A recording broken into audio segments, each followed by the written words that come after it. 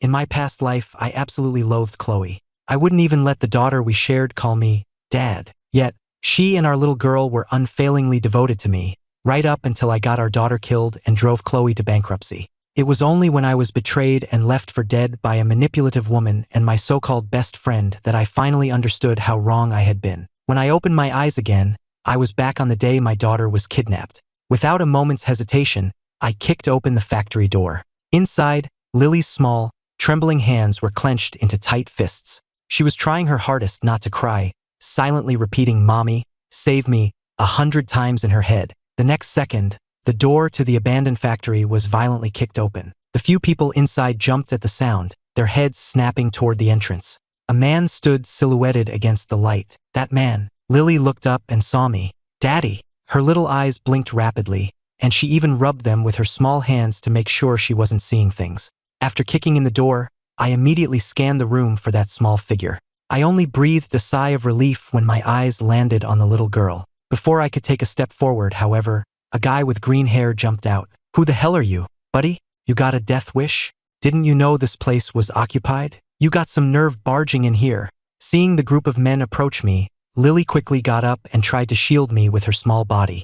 "Bad guys, stay away from Mr. Ethan." When I heard what she called me, my heart clenched painfully. I was the one who had warned her that if she ever called me Dad again, I would leave the Sterling estate for good. But now, hearing her call me that, it just felt wrong. In the end, I suppressed my emotions and looked gently at the little girl who was about to rush over. "Lily, close your eyes. Wait for me to come to you." At my words, Lily's steps halted abruptly. It was the first time she had ever heard me speak to her so gently. Though worried, the little girl obediently closed her eyes and stood in the corner. I smiled with relief at my well-behaved daughter, then my expression hardened as I turned to the men surrounding me. "Who hit Lily?" My voice made a few of them jump, but the green-haired guy eventually worked up his courage. "What's there to be afraid of? That old iron door was probably just rusted out. Besides, it's just one guy." The others realized I was alone and immediately puffed out their chests, striding toward me. With her eyes closed, the little girl suddenly heard a series of agonized screams. She grew so nervous that her little hands started to tremble. Is he even human?" the green-haired man stammered, clutching his broken left arm and stumbling back a dozen steps, his eyes filled with terror.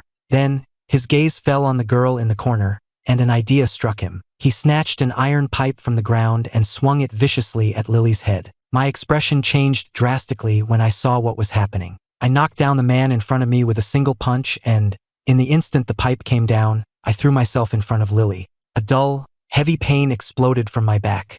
My vision went black and I dropped to one knee. Seeing me injured, the green-haired thug raised the pipe again, intending to knock me out. I shook off the dizziness, spun around, and caught the descending pipe. With a twist, I wrenched it from his grasp, then executed a fluid turn and kicked him to the ground, knocking out a few of his front teeth in the process. The remaining men, seeing things had gone south, dragged their battered bodies away and scrambled out of the factory.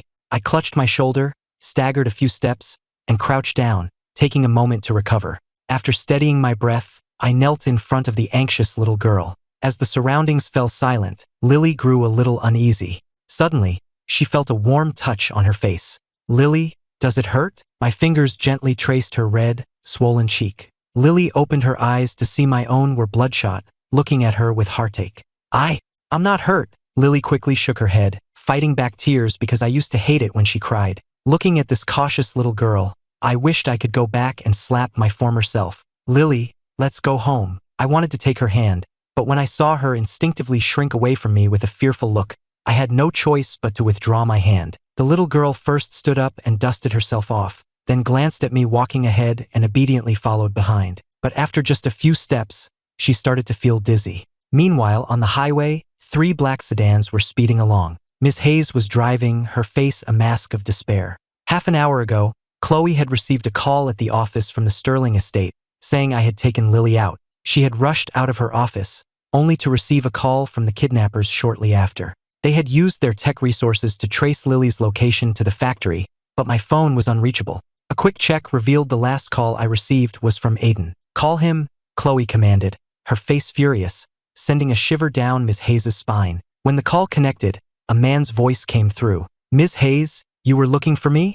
Ms. Hayes fought back a wave of nausea and began to question him. Aiden, have you seen Ethan? Aiden knew Chloe was surely listening, so he feigned difficulty. Ms. Hayes, I haven't seen Ethan. Did he happen to mention where he was when he called you this morning? He didn't tell me. He had asked me to watch Lily for him, said he had to meet someone, but I had a family matter to attend to, so I couldn't. Seeing that she wouldn't get any useful information from him, Ms. Hayes quickly ended the call. Chloe leaned back, pressing a hand to her forehead. After a long moment, she wearily uttered 2 words. To the factory.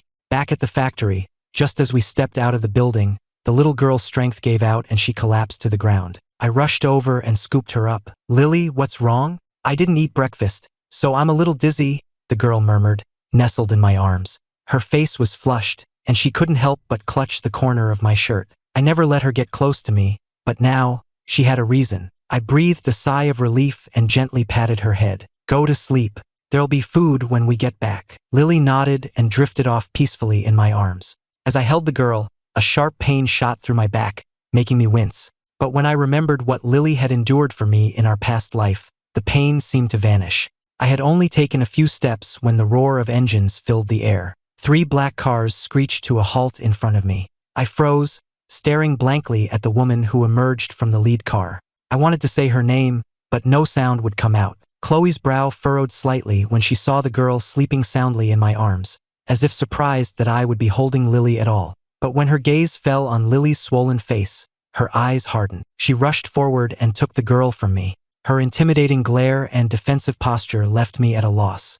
I could only watch as she placed Lily in the car and drove away, leaving me standing there in a daze. A moment later, Ms. Hayes was pushed out of the car. Chloe had left her behind to take me back to the Sterling estate. I looked up at the car disappearing down the road, and my vision blurred. The strength that had been holding me up was gone, carried away with my daughter. My legs gave out and I collapsed. Beside me, Ms. Hayes saw my pale face and her mind went blank. Sir, what's wrong? Someone nearby saw the situation and quickly prompted her. Ms. Hayes, call Ms. Blackwood.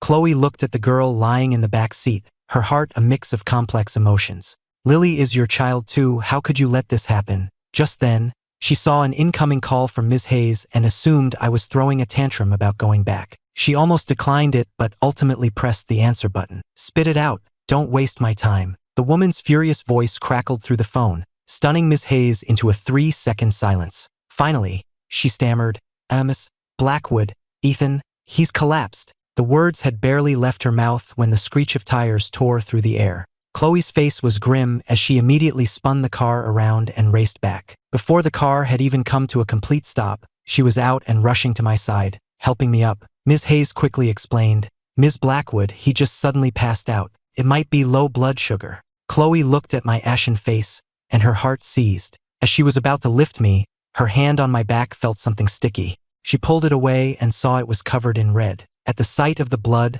Chloe's vision swam, and her hand began to tremble uncontrollably. Ms. Hayes, take Lily back to the estate. Before anyone could react, Chloe had already lifted me into the passenger seat of another car and was speeding toward the hospital. Ethan, wake up. Please wake up, Chloe pleaded, one hand on the steering wheel, the other supporting my head as it rested on her shoulder. I was in a detached state, unable to distinguish reality from illusion. All I knew was a brilliant white light before me, and a voice from within it, endlessly calling my name. I don't know how much time passed. How is he? Chloe asked, looking at Dr. Evans as she came out. Dr. Evans removed her mask, her expression grave. He's out of immediate danger. What on earth happened to him? To be injured this badly? Chloe's fists, hidden in her sleeves, were clenched tight, her face dark. You should go see him. He should be waking up soon. A few minutes later, Chloe sat by my bedside, gazing at my pale face. She reached out to touch me, but her hand froze in mid-air. Remembering how I had forbidden her from touching me, she slowly pulled her hand back. Just then, my fingers twitched, and I slowly opened my eyes. I tried to turn over, but a sharp pain shot through my shoulder. Ethan, the doctor just finished treating you. Please don't move, Chloe said, seeing I was awake. She was already kneeling by the bed, holding my arm to keep me still. I looked at the woman before me, remembering how she had resolutely held me and died with me in our past life, and my eyes began to redden. Seeing my expression, however, Chloe lowered her head, released my arm, and stood up to leave. But just as she stood, I grabbed her wrist. The warmth of my touch rooted her to the spot. She looked down at my hand on her wrist, her heart leaping with a joy she couldn't contain. Forcing down her excitement, she sat back down on the chair. Seeing me staring at her intently, she patted my hand reassuringly. "Ethan, who hurt you?" Her words made my nose sting, and tears instantly welled up in my eyes. Chloe had never seen me cry before, and the sight sent her into a panic. She hastily grabbed tissues from the nightstand and fumbled to wipe away my tears. "Ethan, it's all my fault. You can hit me, you can yell at me, just please don't cry, okay?" Her voice was incredibly gentle. I sniffled and wiped my tears. "I want to turn over." Seeing me lying on my stomach, she understood immediately. "Ethan, let go. I'll get a nurse. Are you afraid you can't move me?" Chloe looked at me in disbelief, seeking confirmation. "Are you saying you want me to help you?" I nodded firmly. "It's a small thing, no need to bother the nurses. They're very busy." Chloe looked at me, standing there for a long moment as if wrestling with the thought, before finally coming over to carefully help me up. Her stunning face was so close, and her faint, pleasant scent made me avert my eyes. I didn't know where to put my hands, so I just ended up clutching the hem of her clothes. Chloe's movements paused for a second. She looked down at me, so quiet and still, and seemed momentarily lost in thought. The moment Dr. Evans walked in, she saw our intimate posture and blurted out, "In broad daylight? Isn't this a bit much?" Startled by the interruption, Chloe hastily let go and pulled away. But then she realized who it was and shot Dr. Evans a fierce glare. Dr. Evans quickly explained, I was just coming to check on his condition." Hearing this, Chloe reined in her temper, stepped aside, and took a few paces back. At the same time, I looked at the woman in the white coat and greeted her politely. "Dr. Evans, it's been a while." Dr. Evans was taken aback by my greeting. She felt something about me was different. She wanted to ask if I'd hit my head, but seeing Chloe standing nearby, she changed her question. "Mr. Sterling, are you feeling any discomfort? Dizziness, perhaps?" "No, I just feel weak." "That's normal, you'll be fine after a few days of rest. You should stay in the hospital for a month." "What, a month?" I immediately turned to Chloe, putting on a pitiful expression. Chloe hadn't seen the full extent of my back injury and thought it was just a cut. "Why is it so serious?" "Serious injuries like this can take months to heal. I've already cut that recovery time in half for him," she said with a helpless shrug, using the opportunity to slip out of the room. Seeing my chance, I made a final plea. "I can recover at home. After all, Lily is still there. Lily has Mrs. Davison to look after her. You just rest here." The woman refused without hesitation. If this had been before, I would have already started making a scene. But seeing me sitting there so quietly, she found it a bit unsettling. I leaned back against the pillow and thought for a long time before finally speaking. I'm hungry. What do you want to eat?" "I'll go get it for you," Chloe responded immediately. But she knew I was trying to send her away. All this beating around the bush, even showing a softer side, was it all just to escape? The thought brought a bitter smile to her lips,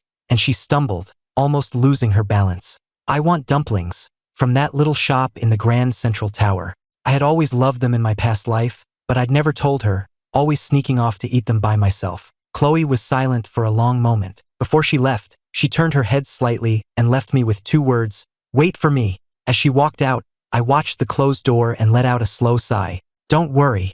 In this life, no matter how long it takes, I will wait for you."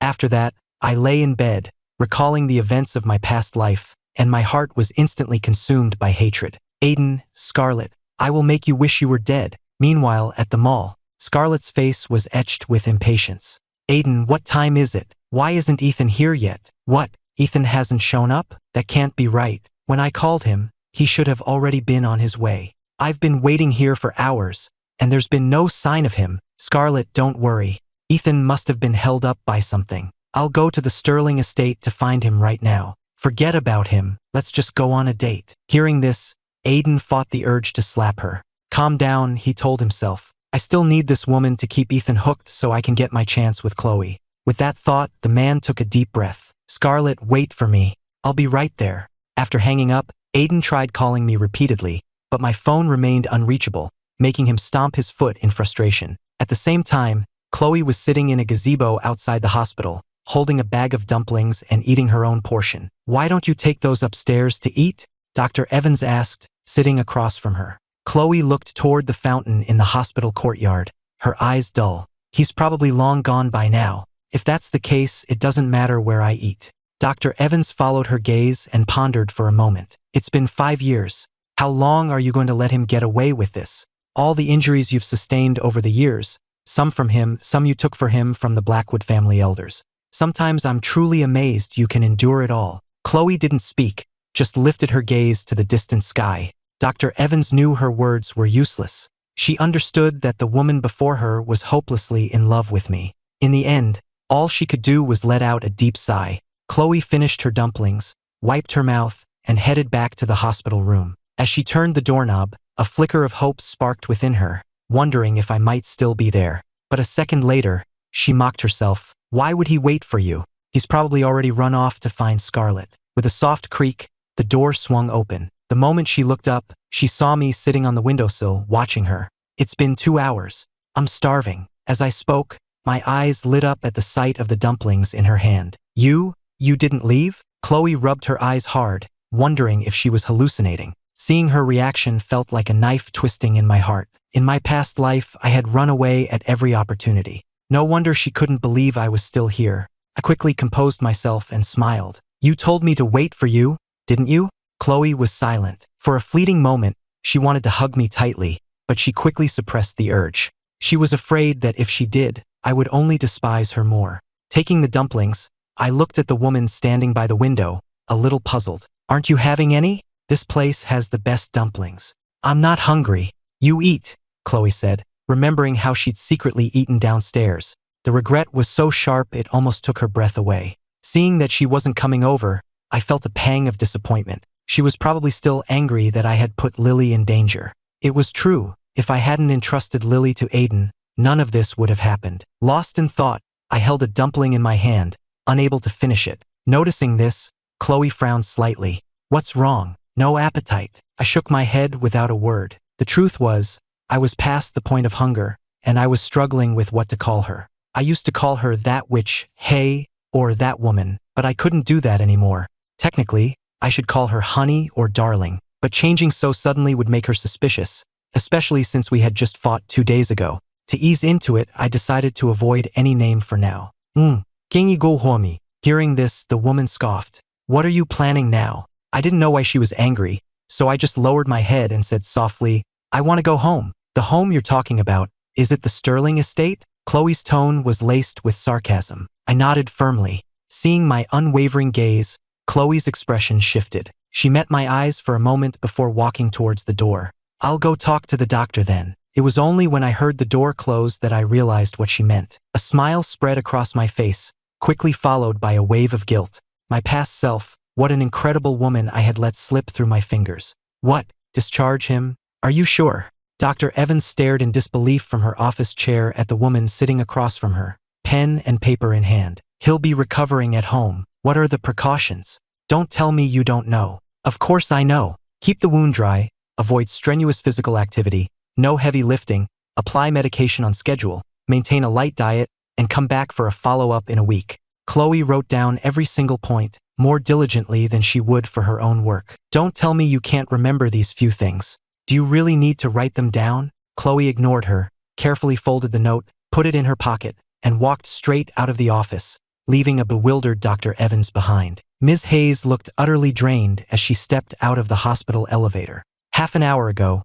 she'd received orders from Chloe that I was being admitted, so she had rushed to the Sterling estate to pack a bag. She had just gotten back to the office and hadn't even warmed her seat when another call came, telling her to take the luggage right back. Sir, everything is packed, Ms. Hayes said, bowing numbly. I looked at Ms. Hayes's expressionless face and gave an awkward smile. Thank you for your hard work, Ms. Hayes.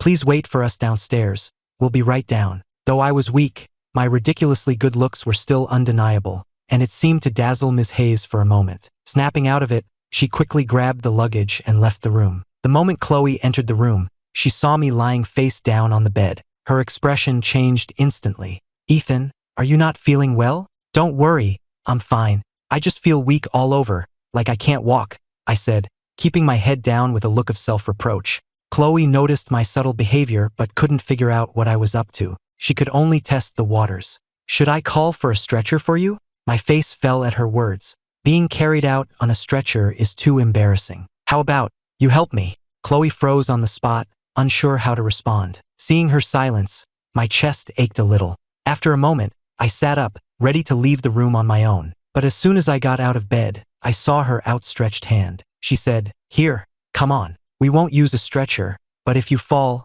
it's not my fault." My face lit up with joy. I immediately grabbed her hand, wanting to press my entire body against hers. Chloe appeared calm on the surface, but inside, her heart was racing. I could even feel her breath tickling my neck. When Ms. Hayes saw the two of us emerging from the hospital, pressed so closely together, she froze in place. "What are you just standing there for?" It wasn't until Chloe's voice reached her that she snapped out of it and hurried to open the car door. Because my back was injured, I sat sideways in the seat to avoid putting pressure on the wound, facing Chloe. Chloe was working on her laptop. In the past, my gaze would always be fixed on her screen, but this time, she could feel an intense stare directed at her, the kind of look she had always dreamed of. She desperately wanted to turn and confirm it, but she was afraid it was just her imagination. I watched her, my eyelids growing heavier and heavier. The week before my rebirth had been a living hell of torture, and the kidnapping happened right after, giving me no chance to breathe. Now, finally in a safe space, I peacefully fell asleep. Only when she heard the sound of my steady breathing did she dare to turn and look at me. After watching for a moment, she took out a blanket and gently draped it over me. Then, she looked away, her gaze shifting to Ms. Hayes. Ms. Hayes understood and spoke softly. "Ms. Blackwood, we caught the guy with the green hair at the factory. He's being interrogated now. Leave him breathing. I'll deal with him personally." Hearing Chloe's tone, Ms. Hayes couldn't help but think that she was only gentle in front of Ethan. To the outside world, she was an absolute terror. At the entrance of the Sterling estate, Chloe saw my exhausted state. Carefully avoiding my injured back, she gently scooped me into her arms and carried me out of the car. An hour earlier, Lily had woken up and learned that her dad was in the hospital. She had been sitting numbly on the steps, staring expectantly at the door. The moment she saw me, she jumped up and ran over. "Lily!" But before I could speak, Chloe gestured for her to be quiet. The little girl covered her mouth, watching her sleeping father in her mother's arms, and quietly walked alongside them. I had moved into the Sterling estate 5 years ago. Back then, my adoptive parents and grandparents had all died in a car accident, their car plunging into the river. With no one to lead it, Sterling Industries was acquired by Blackwood Enterprises. Chloe, finding me homeless, brought me to the estate. Because of her volatile personality, coupled with the manipulations of Aiden and Scarlett, my past self mistakenly believed she had orchestrated the accident to swallow up my family's company and solidify her own position. When I opened my eyes again, it was already 3 in the afternoon. I sat up, looked around the empty room, and reached for my phone before remembering it was broken. Just then, I felt someone watching me. I glanced towards the door and saw a cute little head peeking around the frame, a small hand gripping the wall. When she saw me looking, the little girl quickly pulled her head back, about to run. I quickly called out to her. The girl's head peeked out again, her eyes full of hope, but her body was timid and withdrawn. It was clear she was afraid of me. "Lily, why don't you come in? Mommy said not to come in, that I would disturb your rest," the girl replied in a small voice. I lowered my voice as well, trying to sound as gentle as possible. "And where is your mommy?" "Mommy went out. She'll be back later." "I see. Lily, come here, okay?" I beckoned with my hand, then patted the space on the bed next to me. Lily looked around, and seeing no one was watching, she scurried into the room. "Mr. Ethan, where are you hurt? Did those bad men hurt you?" Lily didn't dare get too close, afraid I would push her away like before. Her words reminded me of her last sentence in my previous life, "Daddy, don't cry," and a sharp pain pierced my heart. I got out of bed and knelt in front of her. "Lily, would you still be willing to call me Daddy?" Lily froze for a second, then nodded vigorously. Daddy was a word she said to my photograph every single day. My nose stung, and I swallowed hard before pulling the little girl into a tight hug. "Lily, I'm so sorry. I will protect you from now on." Lily felt me trembling and gently patted my back with her small hand. "Daddy, don't be scared. Mommy and I are here." Hearing her say that, the tears I was holding back finally fell. After a long while, I sat her on my lap. "Lily, after how I treated you before, you don't hate me?" As I spoke, I couldn't help but look away, unable to meet her eyes. The little girl shook her head, a smile on her chubby face. "Mommy told me that Daddy loves me, he just doesn't know how to show it." "Mommy said that?" I looked at her, completely incredulous. Yes. Mommy also said that every time Daddy yelled at me, he would regret it so much he'd cry. She said Daddy doesn't like being too close, that it makes him uncomfortable. As she spoke, Lily's voice grew quieter, and she instinctively created some distance between us. Seeing this, I clenched my fists, my nails digging into my palms. A moment later, Lily suddenly grabbed my hand. "Daddy, what's wrong with your hand?" She saw the red drops falling to the floor and, not knowing what to do, turned to run and get the housekeeper. But I ignored it and pulled her into my arms again. "Lily, Daddy's fine. Can you just let me hold you for a little while?" "Lily, I want to hold you." Hearing me say this, Lily beamed with a joy she couldn't hide. She had always wanted to hug her daddy. Every day after preschool, seeing other kids being held by their parents, she was filled with envy. After a long time, I wiped the tears from my eyes and released her. "Lily, Daddy is going to find Mommy. Want to come with?" "Daddy, wait for me. I'm going to change my clothes." Lily skipped happily out of the bedroom. Just then, a maid came to report, "Sir, Mr. Aiden is waiting for you at the main gate." The warmth I was feeling vanished in an instant. I walked to the window and saw Aiden pacing back and forth at the gate. I casually told the maid to let him wait. After the maid left, I turned to look at myself in the mirror. Because Aiden had once told me that Scarlett liked guys with heavy, emo-style eyeliner, my eyes were ringed with smudged black makeup. The sight of it made me want to laugh at myself. I then went to the third-floor walk-in closet to pick out some clothes. After changing, I thoroughly washed my face, removing every trace of the ridiculous makeup. Half an hour later, satisfied with my appearance, I left the closet. By now, Aiden had grown impatient, his temper flaring. "What the hell are you people doing? Does it take this long just to announce someone?" "Mr. Aiden, you don't have an appointment. Mr. Sterling is currently busy. Please wait a moment."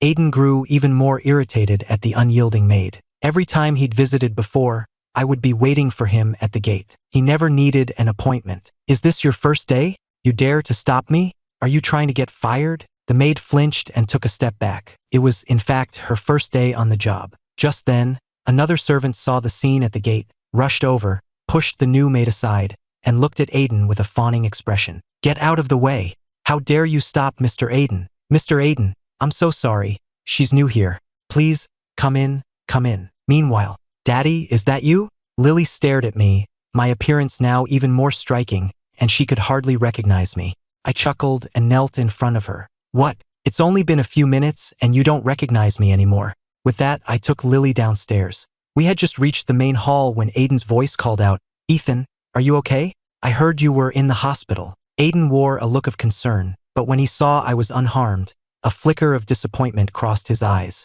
I narrowed my eyes and turned to the servant who had let him in. "How did he get in, sir?" The new maid didn't know the situation and stopped Mr. Aiden. "I was the one who brought him in," the servant said with her head bowed, sensing an opportunity to make an impression. "This one's smart, much sharper than the new girl," Aiden said, understanding the servant's intention and immediately speaking up for her. I kept my gaze fixed on the servant for another moment, then glanced at the time. "I'm going to see my wife. If you have business with me, make an appointment next time." Aiden's smile froze on his face. He looked at me in disbelief. "An appointment? I need an appointment to see you. Is there a problem?" I asked, sitting down on the sofa and taking a sip of tea from the cup on the table. Aiden forced a smile and said it was no problem, but inwardly he was cursing me out. I paid him no more mind and simply took Lily's hand. As we were about to leave, Aiden quickly called out, "Ethan, I have something to ask you," but I didn't even spare him a glance. As I passed the servant who had let him in,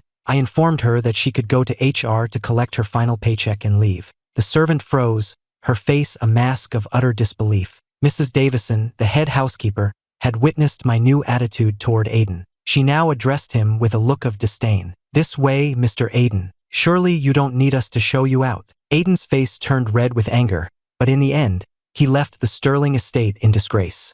I drove with Lily toward Blackwood Enterprises. The thought of Aiden's face made me sneer. In my past life, I had given him everything, even taking him to high society events where he met Scarlett. After Sterling Industries was taken over and all my other friends abandoned me, only Aiden stayed by my side, even helping me pursue Scarlett. It wasn't until the moment I died that I learned they had been together all along. It was my fault. My indulgence had allowed someone from a modest background to develop such twisted ambitions. "Daddy," Lily said, tugging on my sleeve as she saw my furrowed brow, "are you angry with that uncle?" I stroked her head. "Lily, no one is more important than you and Mommy. You don't have to pay any attention to him from now on." Blackwood Enterprises, the conference room. Chloe sat at the head of the table, her hands clasped, while the executives seated below her were visibly on edge. The calculations from Data Division 3 are wrong. I think it's time for a change in your IT department, Chloe said, her fingers tapping lightly on the table. The presenter froze,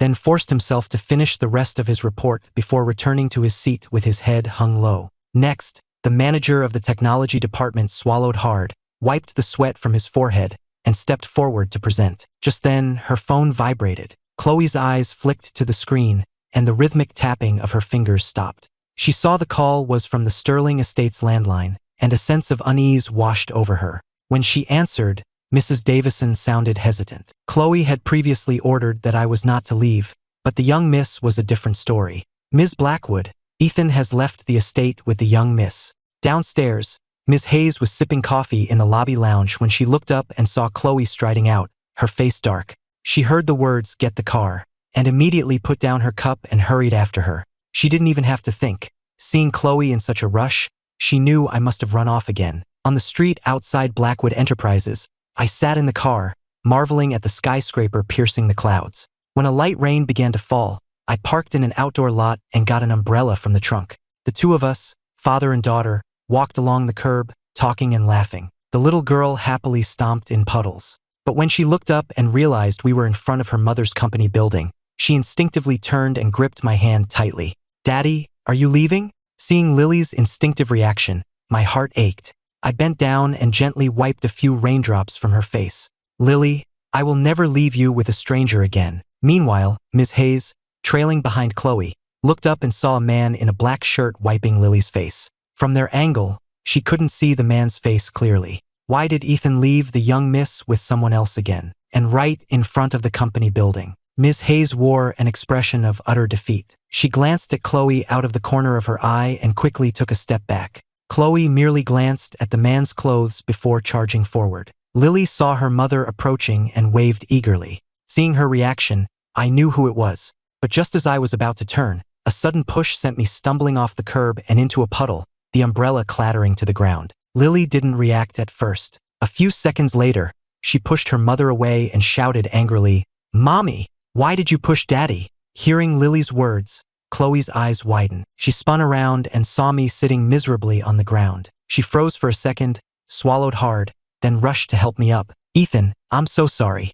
Are you hurt?" Chloe's face was filled with anxiety as she brushed the dirty water from my front. She then quickly moved behind me and only relaxed when she saw that my back hadn't gotten wet. Seeing Chloe's guilty expression, Ms. Hayes immediately tried to ease the tension. "Sir, what are you two doing here?" But my attention was entirely on the mud splatters on my clothes. Chloe looked at me with my head down, completely at a loss. "Ethan, I didn't do it on purpose.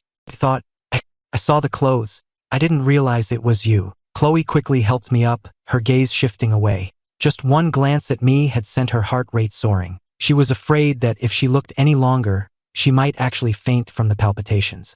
I let out a deep sigh. "I was trying a new style to surprise you, but I guess it failed." Seeing my dejected expression, Chloe stammered, "This outfit, it looks good on you.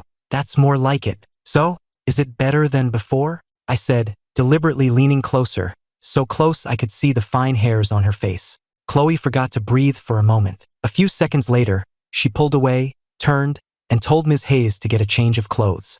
Watching her flee in disarray, I couldn't help but smile. "Daddy," Lily asked, looking up at me, "what are you smiling about?" "Just thinking how cute your mommy is." "Let's go," I said, patting her head. At the company entrance, Chloe suddenly stopped, took off her jacket, and draped it over my shoulders. I glanced down at my clothes.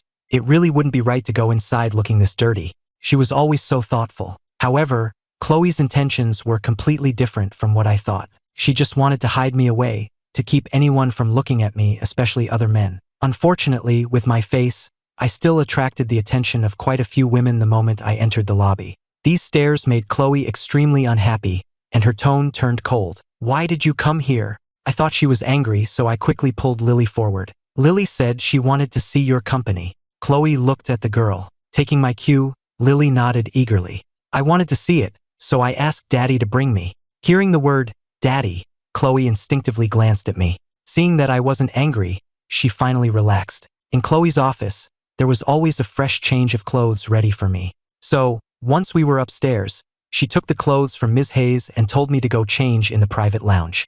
The lounge was decorated in Chloe's signature style. I glanced around before taking off my shirt. Looking at the large patch of gauze on my back, I shook my head. The bandaging was a bit excessive. As I was getting dressed, the sound of high heels approached from outside. The lock clicked, and Chloe walked straight in, stopping behind me. She looked like she wanted to reach out but hesitated. "Ethan, don't forget to have Mrs. Davison apply your medication tonight." "What? You can't help me with it?" Chloe didn't answer. She was silent for a moment, then changed the subject. "When Lily called you Daddy, was that your idea?" I nodded immediately, confirming that it was. Chloe stared at my reflection in the mirror for a long time before gently brushing the back of her hand against my cheek. "Lily is still young. She can't handle you being hot and cold, close one moment and distant the next. Ethan, if you have any dissatisfaction, just take it out on me." Her words made me freeze. I watched her leave the room, a storm of emotions swirling inside me. She must think I'm just putting on an act.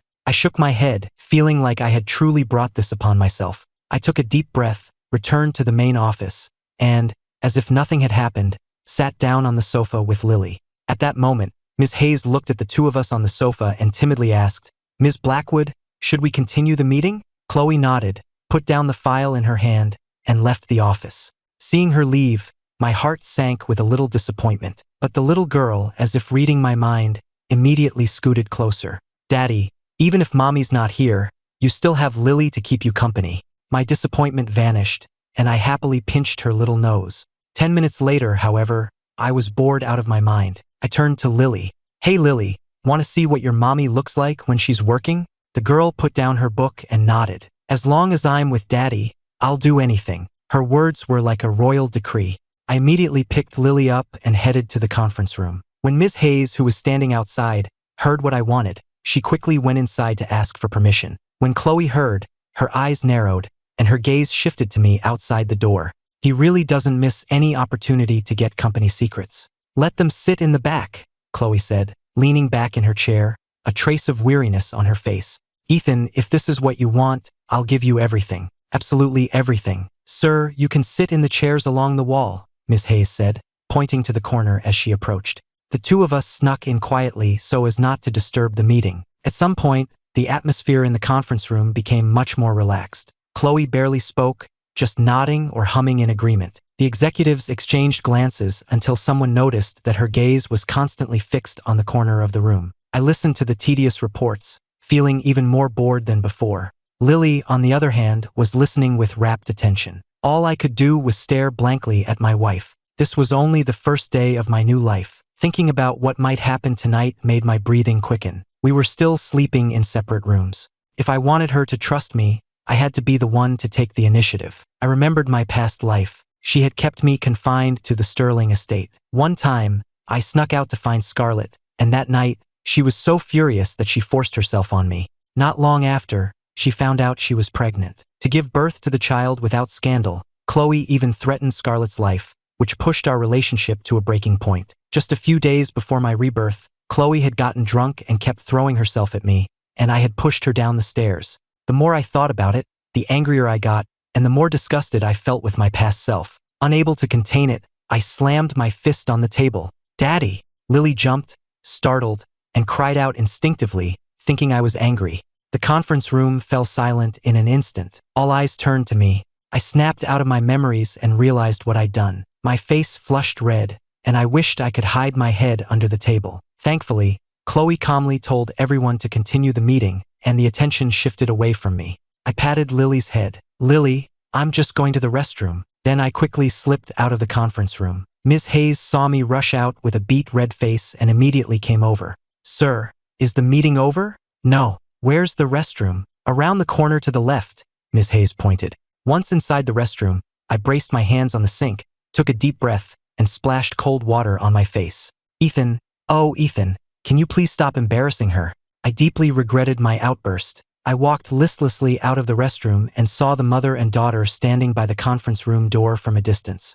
When Lily saw me approaching, she hid behind her mother, her eyes misty with tears. "Daddy, did I make you angry?" I stopped in my tracks and looked at the upset little girl. "Lily, why would you say that?" "Because your face looked so scary just now," Lily said. tugging on her mother's clothes. My gaze shifted to Chloe, who was expressionless. I knew they had both misunderstood, so I quickly explained, "It was my fault. I embarrassed you both." I knelt down, looking at Lily with a guilty expression. The girl blinked, let go of her mother's hand, walked over to me, and poked my cheek with her little finger. "No, you didn't. Daddy's face looks cute when it's red." Seeing this, Chloe frowned and pulled her back. "Lily, I'm having Ms. Hayes take you home now." "But Mommy, I want to go home with you and Daddy." Lily had never dared to disobey her mother before, but things were different now that her daddy was here. The pleading look in the girl's eyes melted my heart. I looked up, about to speak for her, but when I met Chloe's gaze, the words died in my throat. "Lily, it's getting dark.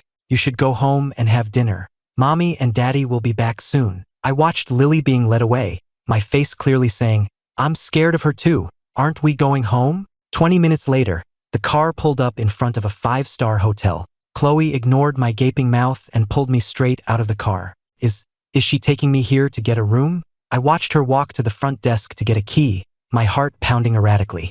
Top floor of the hotel. The room's massive floor-to-ceiling windows overlooked the New York City skyline. The woman looked at me standing nervously at the door and said coolly, "You're sleeping here tonight. What do you mean? You're not staying?" She was silent for a moment after hearing my question. "I'm right next door. It's late. Get some sleep." By the time I ran out after her, she had already used her key card to enter the adjacent room and closed the door. I was a bit stunned. Thinking back to her words, "It's late," I had a feeling she was hiding something from me. At 9 p.m., I heard a faint sound of a door opening across the hall and immediately looked up. Once the hallway was quiet, I quickly opened my door and followed. I took a separate elevator down to the ground floor and watched her drive away. I then hailed a taxi and told the driver to follow her car. In that moment, I could taste adventure. After all, I was a legendary figure in the mercenary world, codenamed Apex. It was only because Chloe had kept me confined in my past life, and because I was afraid Scarlett would be repulsed by me being a killer,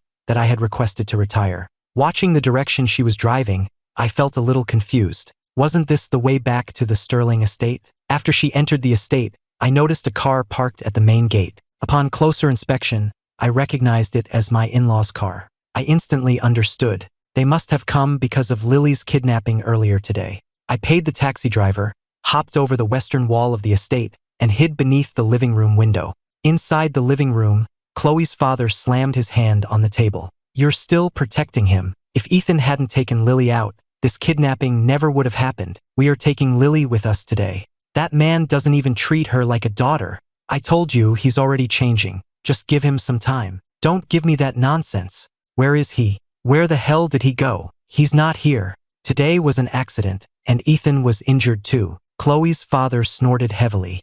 "In your eyes, a scratch on Ethan is a major injury. Fine, the family has its rules. This incident requires a consequence. Are you going to take the punishment for him again? This has nothing to do with him. I will go to the family hall the day after tomorrow to accept whatever punishment is due." But hearing this, Chloe's mother became furious, her body trembling with anger. "Chloe, are you trying to kill yourself? How many punishments have you taken for him this month alone? You get Ethan out here. How can a grown man have the nerve to hide behind you?" Chloe was silent for a moment before finally saying, "Mom, I'll come pick Lily up in 3 days." Seeing that Chloe was immovable, her parents exchanged a look, said no more, and left the estate with a sigh. A light rain began to fall from the sky. I sat beneath the window, letting the rain soak my clothes. It was already 10 p.m. when Chloe returned to the hotel. She changed her clothes and then walked to my door. I had just gotten back myself and had splashed water on my face, trying to hide my red-rimmed eyes. Hearing a knock as I came out of the bathroom, I rubbed my eyes and opened the door with a cheerful smile. "What's up? You're not asleep yet." Chloe had come to bring me medicine. She placed the bottle in my hand and turned to leave. Quickly grabbed her. "You expect me to apply this myself? I can't reach." Chloe's steps faltered. She looked at my pitiful expression and sighed softly. "Go lie down on the bed." With that, she entered the room and went into the bathroom to wash her hands. I watched her enter, then locked the door from the inside, removed the key, lifted my shirt, and obediently lay face down on the bed. As Chloe drew near, I could feel the warmth of her breath. Then came her hands, washed with warm water, gently unwrapping the gauze on my back. When she saw the vast expanse of bruising and the wound, her voice trembled. She asked if it hurt. What a joke. How could a grown man like me be afraid of pain? But no matter what I said, Chloe's touch remained incredibly gentle. If I hadn't been watching, I wouldn't have even felt her applying the medicine. After a little while, Chloe suddenly spoke. My mother wants to have Lily stay with them for a few days. What do you think? They've already taken her, and she's asking me now. I just grunted in agreement. Lily hasn't seen them in a while. It's good for her to visit. Chloe murmured her assent and then fell silent. After finishing with the medicine, she covered me with the blanket, packed up the medical supplies, and stood to leave. But as soon as she was on her feet, I grabbed her wrist. I guess you'll just have to make do and rest here tonight. I'm going to sleep, I said without waiting for her reply, scooting over to the other side of the bed and closing my eyes. The woman stared at me for a long time. Finally, after glancing at the clock and considering her options, she lay down on the sofa to rest. I waited for 10 minutes, but when I didn't feel anyone next to me, I opened my eyes and turned to see her sleeping on the sofa. I couldn't help but mutter, "Such a humble woman." After a moment's thought, I grabbed the blanket and 2 pillows and tossed them onto the sofa. The noise startled Chloe awake. She sat up quickly, only to see me kneeling on the sofa, arranging the pillows. "Ethan, what are you doing?" "Getting ready for bed, of course," I said, placing the 2 pillows just right before pulling her into my arms. Feeling my body heat, Chloe's mind went fuzzy for a moment. But when she came to her senses, she started to struggle. Seeing this, I held her tighter. "Don't go, Chloe." Her name on my lips made her pause. She looked up at me, seeming to notice the slight tremor in my body. After a moment's hesitation, she pulled the blanket up and buried her head in my chest. Chloe couldn't describe how she felt. It was like a dream. Today, I had shown her a level of dependence she had never seen before. This kind of intimacy was something she had never even dared to imagine, not even in her wildest dreams. Chloe raised her hand, wanting to touch my face, but she was afraid of shattering the dream. So, she pulled her hand back and nuzzled her head deeper into my chest. A short while later, her phone vibrated. Chloe quickly silenced the alarm and turned to look at me, still fast asleep, breathing a sigh of relief. The next moment, her eyes fell on the key lying on the bed. While I slept, she leaned in and gave me a soft peck on the forehead. "Ethan, I'll be right back." 10 minutes later, in a secure underground facility, Ms. Hayes followed behind Chloe, explaining in a low voice, "Ms. Blackwood, the green-haired guy has confessed everything about what happened at the factory. Ethan was injured protecting the young miss." At her last words, Chloe stopped dead in her tracks. When Ms. Hayes saw the look on her face, she was so frightened she stumbled back several steps. Entering the cell, Chloe looked at the green-haired man tied to a post and gave a slight wave of her hand. "Yes, Ms. Blackwood. According to his confession, he was originally going to attack the young miss, but Ethan blocked him. I understand. Get out." After the others had left, Chloe walked over to a table and began selecting a weapon. "I can't even bear to touch him. I'm afraid I might hurt him. And you dared to lay such a heavy hand on him? Who gave you the right?" As she finished speaking, Ms. Hayes, waiting outside, heard a blood-curdling scream from within. Half an hour later, Ms. Hayes could still hear the man screaming inside and couldn't help but shiver. The rain had stopped by the time Chloe returned to the hotel. She went to her own room first to shower before coming back to mine. But when she entered, she found me curled up in a corner. Chloe's heart sank. "Ethan, what's wrong?" She rushed to my side and helped me up. I looked up at the woman before me. "Chloe, where did you go?" The week I was tortured by Scarlett and Aiden, I was locked in a pitch-black room with no light. So when I woke up just now to the darkness and the silence, with no one around, it triggered a traumatic response.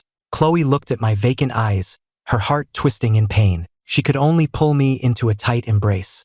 "I'm sorry, Ethan. I shouldn't have left. The floor is cold. Let's get up, okay?" But after waiting for a long time, I still didn't respond. She gritted her teeth and simply lifted me into her arms. I only came back to my senses when she placed me on the bed and brought over the blanket and pillows. I watched as she propped a pillow under my head and covered me with the blanket. Then, she just stood by the bed, unmoving. After a long moment, I reached out and grabbed her hand. "Honey, are you planning to stand there until morning?" At my word, Chloe's grip tightened on my hand, her face a mask of disbelief. What did you call me? What's wrong? Does Ms. Blackwood think it's inappropriate for me to call you that?" "No, it's just, go to sleep," Chloe stammered, then climbed into the bed beside me.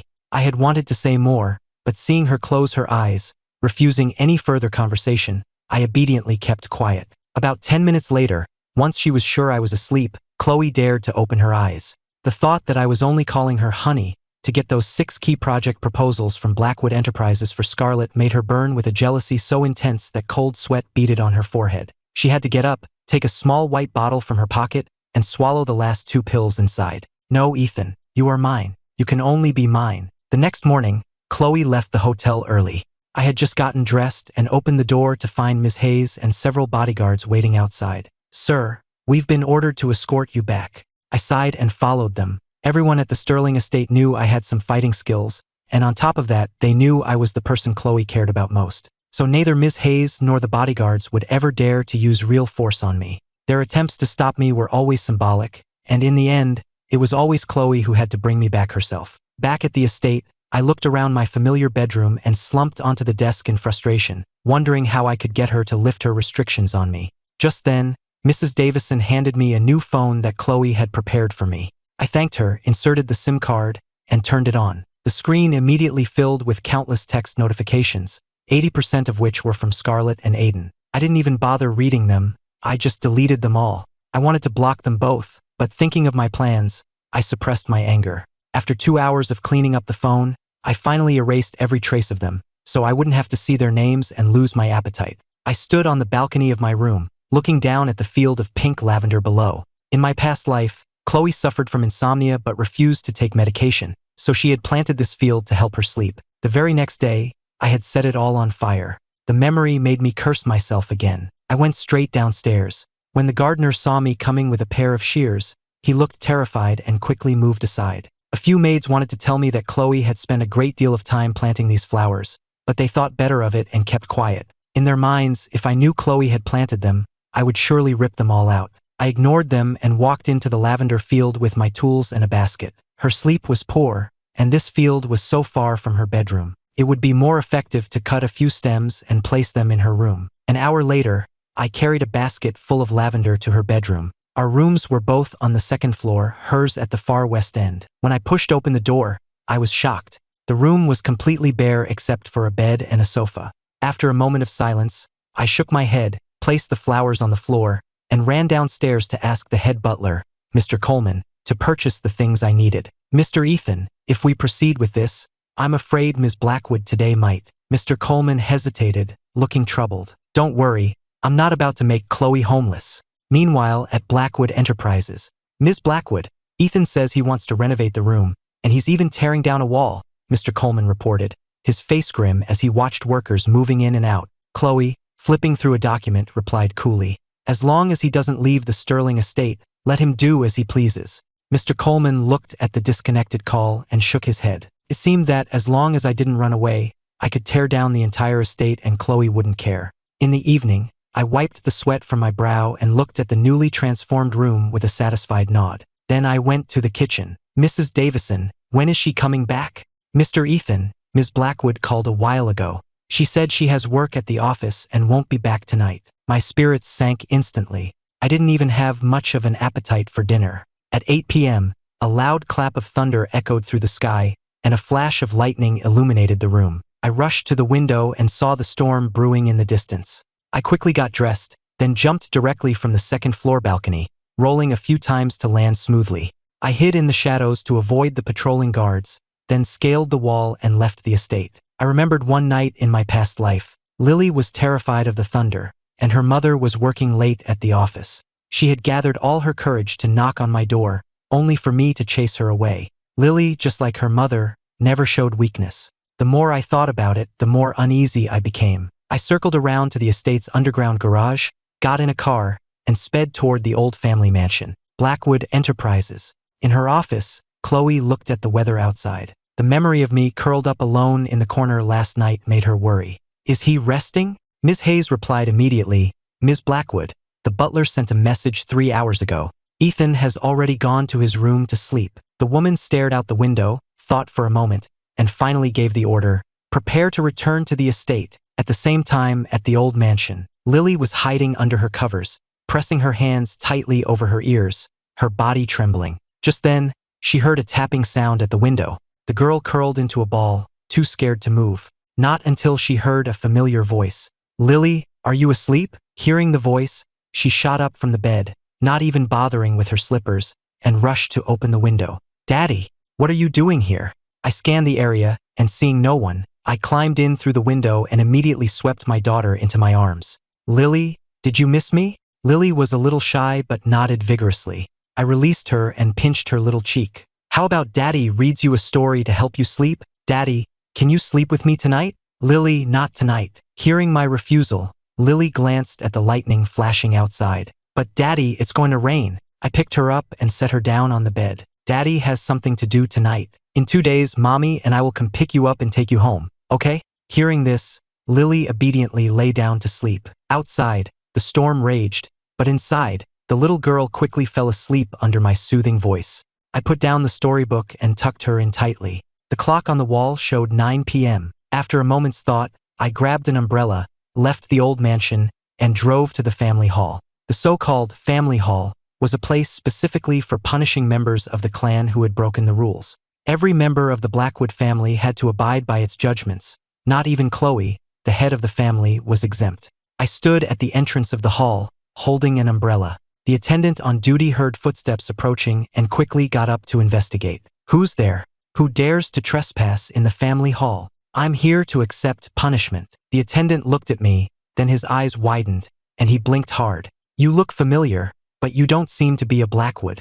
Chloe Blackwood's husband, Ethan Sterling. Hearing this, the attendant's face changed dramatically. He quickly stepped back to make way. Right, I remember now. Mr. Sterling, please, come in. There were 2 other people in the disciplinary hall. The attendant hurried in and introduced me. This is Mr. Sterling. I ignored the stunned men and looked around. The room was sparse, containing only a gleaming golden statue with a kneeling cushion in front of it. I walked straight to the cushion, knelt, and gestured for them to begin. The 3 men exchanged uneasy glances. Mr. Sterling, Ms. Blackwood is coming tomorrow. Perhaps you should wait for her. What? Are you afraid? Mr. Sterling, only members of the Blackwood family come here. I am Chloe Blackwood's husband. How am I not part of the family? The truth was, these attendants all knew I was the apple of Chloe's eye. Every time I messed up, it was Chloe who came to take the punishment. In the end, the men played rock, paper, scissors, and the loser stepped forward. Mr. Sterling, I will now read the charge. On February 24, 2026, at noon, Ethan Sterling willfully left the young miss in the care of a stranger, leading to her kidnapping. As no serious harm was done, the punishment is 5 lashes.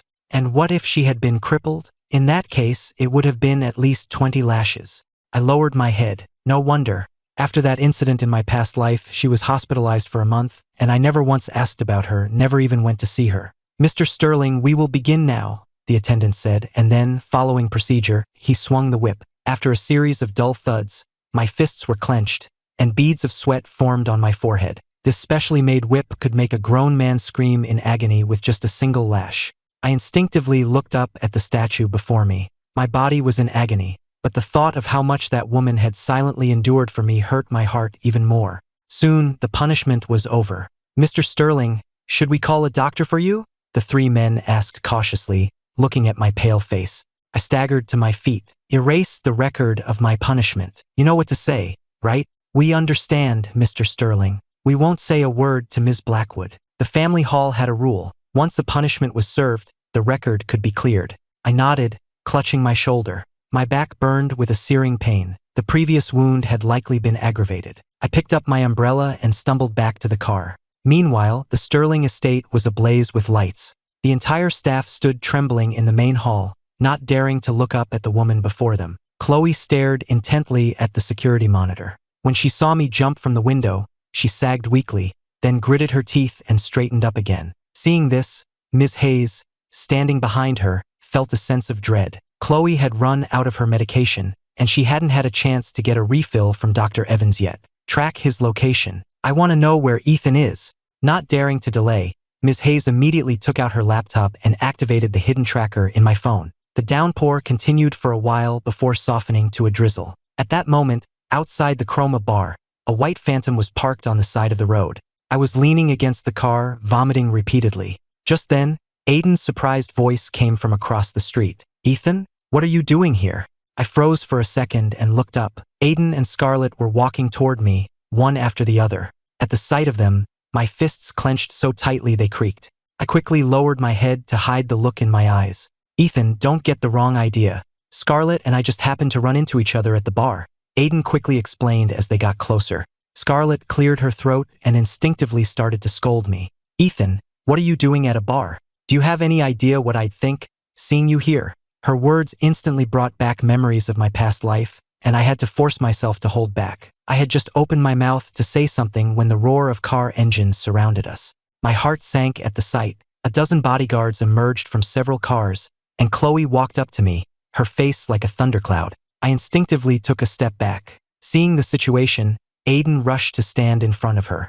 Ms. Blackwood, please don't misunderstand. I was the one who asked Ethan to come out. It has nothing to do with Scarlett. But Chloe didn't even look at Aiden. She took the umbrella from Ms. Hayes, had the bodyguards pull Aiden away, and then held the umbrella over my head. Didn't I tell you not to get the wound wet? Why did you come out without an umbrella? I did bring one, I quickly explained. Lily is afraid of thunderstorms, so I went to the old mansion to see her. I only came back after she fell asleep.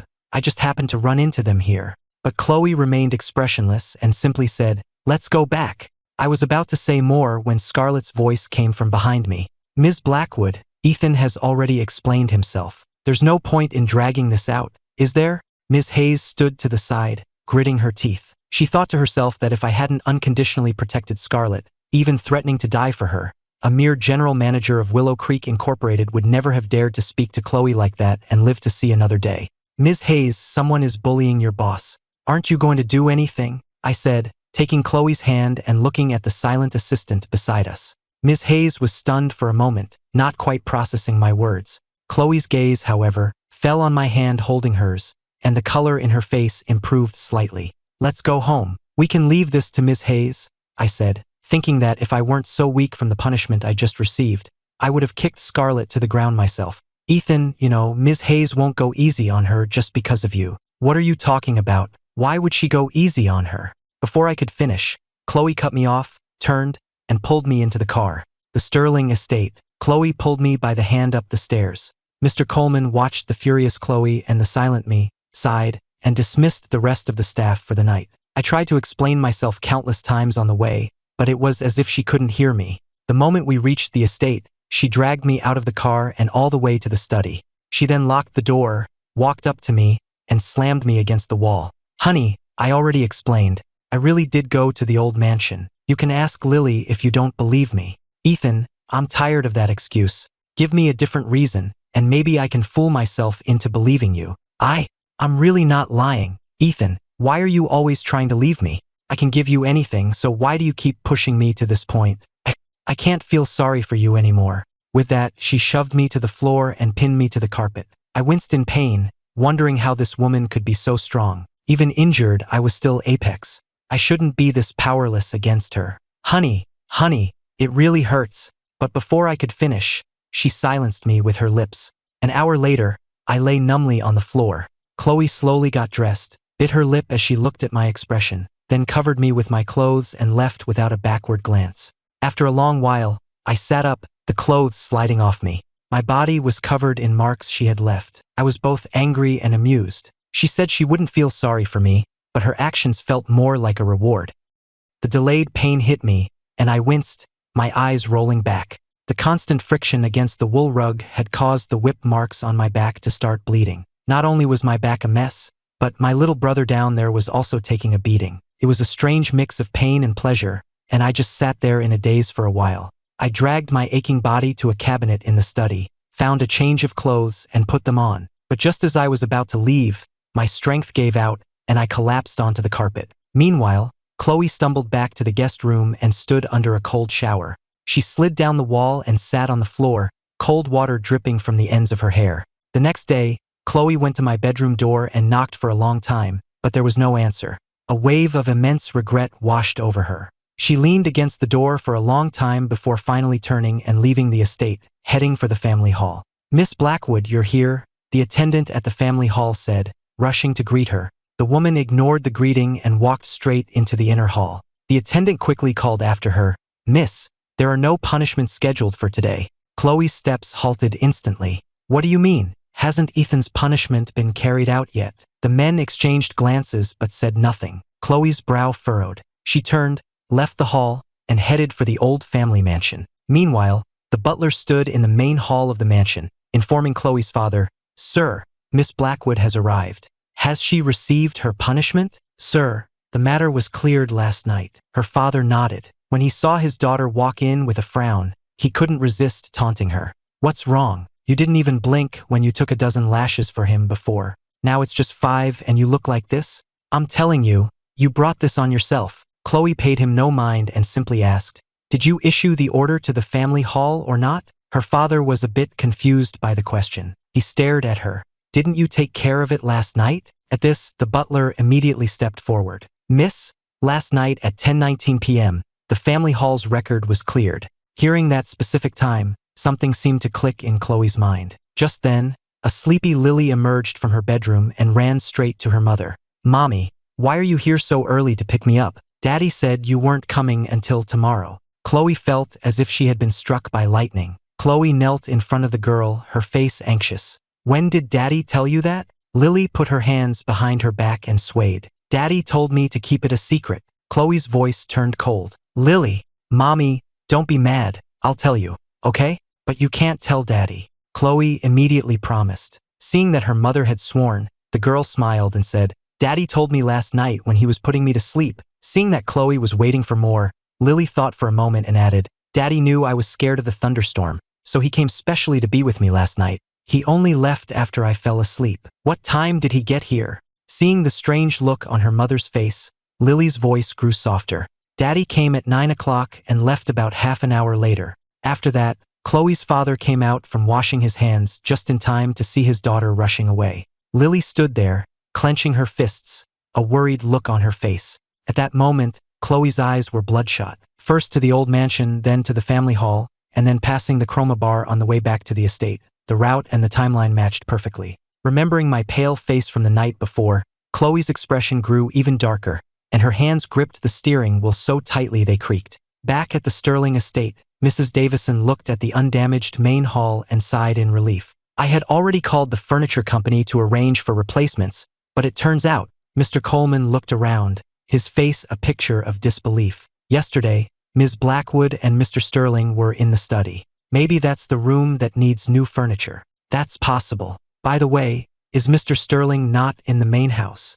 I suppose after his fight with Ms. Blackwood, he probably went to the West Wing." "All right then, while Mr. Sterling is away, I'll go clean their rooms." After Mrs. Davison finished cleaning my room, she took her cleaning supplies and headed to Chloe's. Chloe's room was so bare that it usually took less than 10 minutes to clean. But after all the construction I did yesterday, she had no idea what state the room would be in. With that thought, Mrs. Davison pushed open the door. The scene inside made her freeze on the spot. The walls, once plain white, were now split between a striking Klein blue and white. A king-sized bed sat in the center of the room, flanked by nightstands holding vases of pink lavender. The room was fully furnished with a desk, bookshelves, and a computer, and even the toiletries in the bathroom were now in matching pairs. As she took it all in, a warm, motherly smile spread across Mrs. Davison's face. She thought, "Ms. Blackwood will be so happy when she sees this." A few seconds later, she heard a noise from downstairs. Realizing Chloe was back, she hurried down. "Miss, you have to come see your room. Mr. Ethan did it all himself." Chloe was taken aback. Remembering what Mr. Coleman had said about renovations yesterday, she first glanced at my closed bedroom door before heading toward her own room. When she saw the room's new decor, her thoughts became a jumble. She stumbled, her mouth falling open. Ethan did all of this?" "Yes, Mr. Ethan worked on it all afternoon yesterday. He knew you have trouble sleeping, so he even picked the lavender himself to put in the room. And look, miss, on the bookshelf over there, he's put a lot of children's bedtime stories. They must be for the young miss." Mrs. Davison continued to marvel, completely missing the way Chloe's face was gradually losing its color. Chloe's fists clenched under her sleeves, and she turned and left the bedroom. Immediately after, there was a knock on my bedroom door, but there was still no response from inside. Seeing this, Mrs. Davison, who had followed her out, quickly explained, "Miss, Mr. Ethan isn't in his room. I just finished cleaning it." Chloe's eyelid began to twitch. The thought that I might have left the estate sent a sharp pain through her heart. Fortunately, noticing Chloe's pale face, Mrs. Davison added, Mr. Ethan might be in the West Wing. The patrol guards didn't see him leave." Chloe thought that made sense. She immediately sent people to search the West Wing while she went to check my phone's location and review the security footage. so she went to the study. But the moment she entered the code, pushed open the door, and saw what was inside, the color drained from her face. The world spun and she collapsed to the floor. The next second, she scrambled to her feet and rushed over to lift my unconscious body from the floor. The crimson stain on the carpet was shocking. My face was flushed, my body was burning up, and the blood from my back had already dried. Chloe leaned me against her shoulder and lifted the back of my shirt. The sight of the angry red welts blurred her vision with tears. She screamed for help, then fumbled to get me onto her back and carry me toward the hospital. In the examination room at the hospital, several doctors were treating my wounds. "Dr. Evans, should we call the police? These injuries are horrifying." Dr. Evans looked at my barely breathing form and the state of my injuries, her brow deeply furrowed. "I'll handle this. Get him to the operating room. Prep for surgery." With that, Dr. Evans removed her gloves and left the exam room. She saw Chloe huddled on the floor in the hallway, and the words of reprimand she wanted to say died on her lips. Though she didn't like me this time, she felt Chloe had gone too far. The woman had her head buried in her knees. Sensing someone's approach, she waited a moment before asking, "Ethan, how is he?" The previous wound reopened, and these new injuries weren't treated in time. There's extensive inflammation and infection on his back, causing a persistent high fever. "The situation is not good," Dr. Evans said, glossing over the worst of it, but they both understood the gravity. After a long pause, Chloe summoned all her strength to utter a few words. "I'm leaving him in your hands." Dr. Evans was taken aback. It was the first time she had ever heard Chloe speak with such vulnerability. "I'll do everything I can." Meanwhile, at the mercenary organization's headquarters, Maya was leisurely sipping her tea. The next moment, someone burst in. "Boss, I just heard from a friend at the hospital. Chloe Blackwood's husband was injured and is in surgery." The teacup in Maya's hand shattered. She shot to her feet. "What did you say? Which hospital?" "Mount Sinai Hospital." At the same time, outside the operating room at the hospital, Chloe's heart dropped as she watched Dr. Evans emerge with a grim expression. "The infection has led to systemic sepsis. He's comatose now. We're going to perform a blood transfusion. There are risks involved. You need to sign this." Hearing this, Chloe stared at the critical condition notice in the doctor's hand, and her vision went dark. Chloe, we can't delay any longer," Dr. Evans urged, looking at the silent, head-bowed woman. Chloe stiffly raised her hand and mechanically signed her name. As she watched Dr. Evans hurry back into the operating room, all the strength drained from her body, and she collapsed to the floor. The minutes ticked by. The woman remained huddled in the corner, unmoving. The light above the operating room door stayed red. After what felt like an eternity, the red light finally went out. The woman slowly lifted her head, her eyes vacant as she looked at the person coming out. Dr. Evans wiped the sweat from her forehead, sighed deeply at the sight of Chloe, and walked over. "He's going to be okay.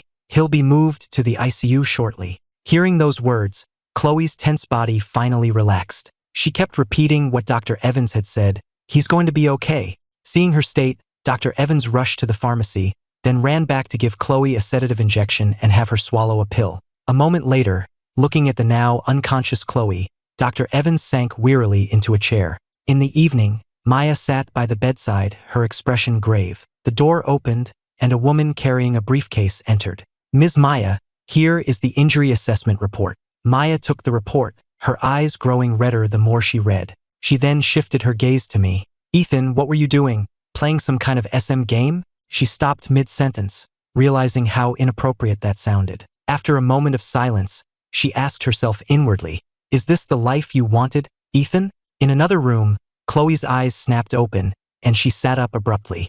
"Chloe, you just took your medication. Rest for a bit." "Ethan is fine. Don't worry," Dr. Evans said, gently pushing her back down. But Chloe just pushed her hand away and clutched her head. The next moment, she looked at Dr. Evans. "Where's Ethan? Who's looking after him?" Dr. Evans's face stiffened, and she was speechless for a long moment. Seeing her expression, Chloe immediately ripped the four from the back of her hand, pushed Dr. Evans aside, and ran out of the room. A few breaths later, the door to my hospital room was thrown open. Chloe burst in and saw a woman sitting by my bed, using a towel to wipe the sweat from my forehead. "Who are you? Get your hands off him. Who gave you permission to touch him?" Chloe's eyes blazed with fury. If the woman's hand hadn't been on my forehead, Chloe would have already charged at her. Seeing the out-of-control Chloe, Maya's hand paused. She looked up, tossed the towel into the basin, and said, "Ms. Blackwood, You hurt him like this because you think he has no powerful family to back him up? Do you see him as your plaything or your boy toy?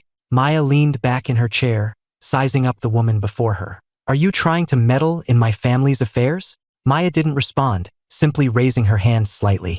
The man in the suit behind her stepped forward and handed a file to both Chloe and Dr. Evans, who had just arrived. After reading the documents, both of their faces turned ashen. The man in the suit then spoke at the opportune moment. Ms. Blackwood, the harm you've inflicted on Mr. Sterling constitutes a criminal offense. Ms. Maya, as Mr. Sterling's sister, will be filing for divorce on his behalf. Additionally, Dr. Evans, for this hospital's failure to report Mr. Sterling's injuries, we will be pursuing legal action. Sister? You're his sister, Chloe murmured, her face a mask of confusion. Maya didn't answer, just continued to stare intently at Chloe. Chloe quickly recovered. I will not divorce him. I'm afraid that's not up to you, Ms. Blackwood. With the evidence we have, your consent is not required. As the two women faced off, I, lying on my side, opened my eyes. The first thing I saw was Maya's profile and a stranger. Maya, what are you doing here? Hearing my voice, Chloe instinctively started to move toward me, but seeing Maya there, she stopped. You're awake? Are you hungry? Is there anything you want to eat? Maya knelt by the bed and gently brushed the hair from my forehead. I shifted slightly, and a wave of intense pain washed over me, making me wince. Seeing this, Maya's heart clenched. She quickly got some water and held a straw to my lips. Don't move. Ethan, what have you been doing? Getting yourself into this state. Why am I in the hospital? Where's Chloe? Maya glanced at Chloe standing by the door and sneered. Chloe, you just took a trip to death's door, and there wasn't a single person here to see you. If I hadn't been here watching over you, you could have disappeared and no one would have known. Dr. Evans remained silent. Chloe wanted to speak, but she didn't know what to say. I started to piece things together. I had passed out after changing my clothes. Now I was in Dr. Evans's hospital, which meant Chloe must know what happened. With that thought, I struggled to sit up. What are you doing? What are you doing? Maya cried, rushing to support me. Go get Dr. Evans for me. I have something to ask her. I tried to get up, but my body wouldn't cooperate. I could only lie on my side, facing the window. Hearing her name, Dr. Evans looked awkward. She's not going to ask for an official injury report, is she? Chloe, hearing me ask for Dr. Evans as soon as I woke up, had the same thought. Enduring Maya's glare, Dr. Evans quickly moved to the side of the bed where I could see her. Mr. Sterling, I'm here. Where is Chloe? Isn't she here? Dr. Evans stammered, unable to get the words out. Seeing her strange expression, I grew more and more uneasy. I forced myself to sit up, ignoring the pain. I'm this injured. How could she be okay? What if her mania acts up and she hurts herself again? Ethan, calm down. No matter how angry you are, you can't neglect your own body. Tell me what you want to do. Maya held my shoulders to keep me from moving. I want to see Chloe. Where is Chloe? At that moment, Chloe couldn't hold back any longer. She hurried to my bedside. Ethan, I'm here.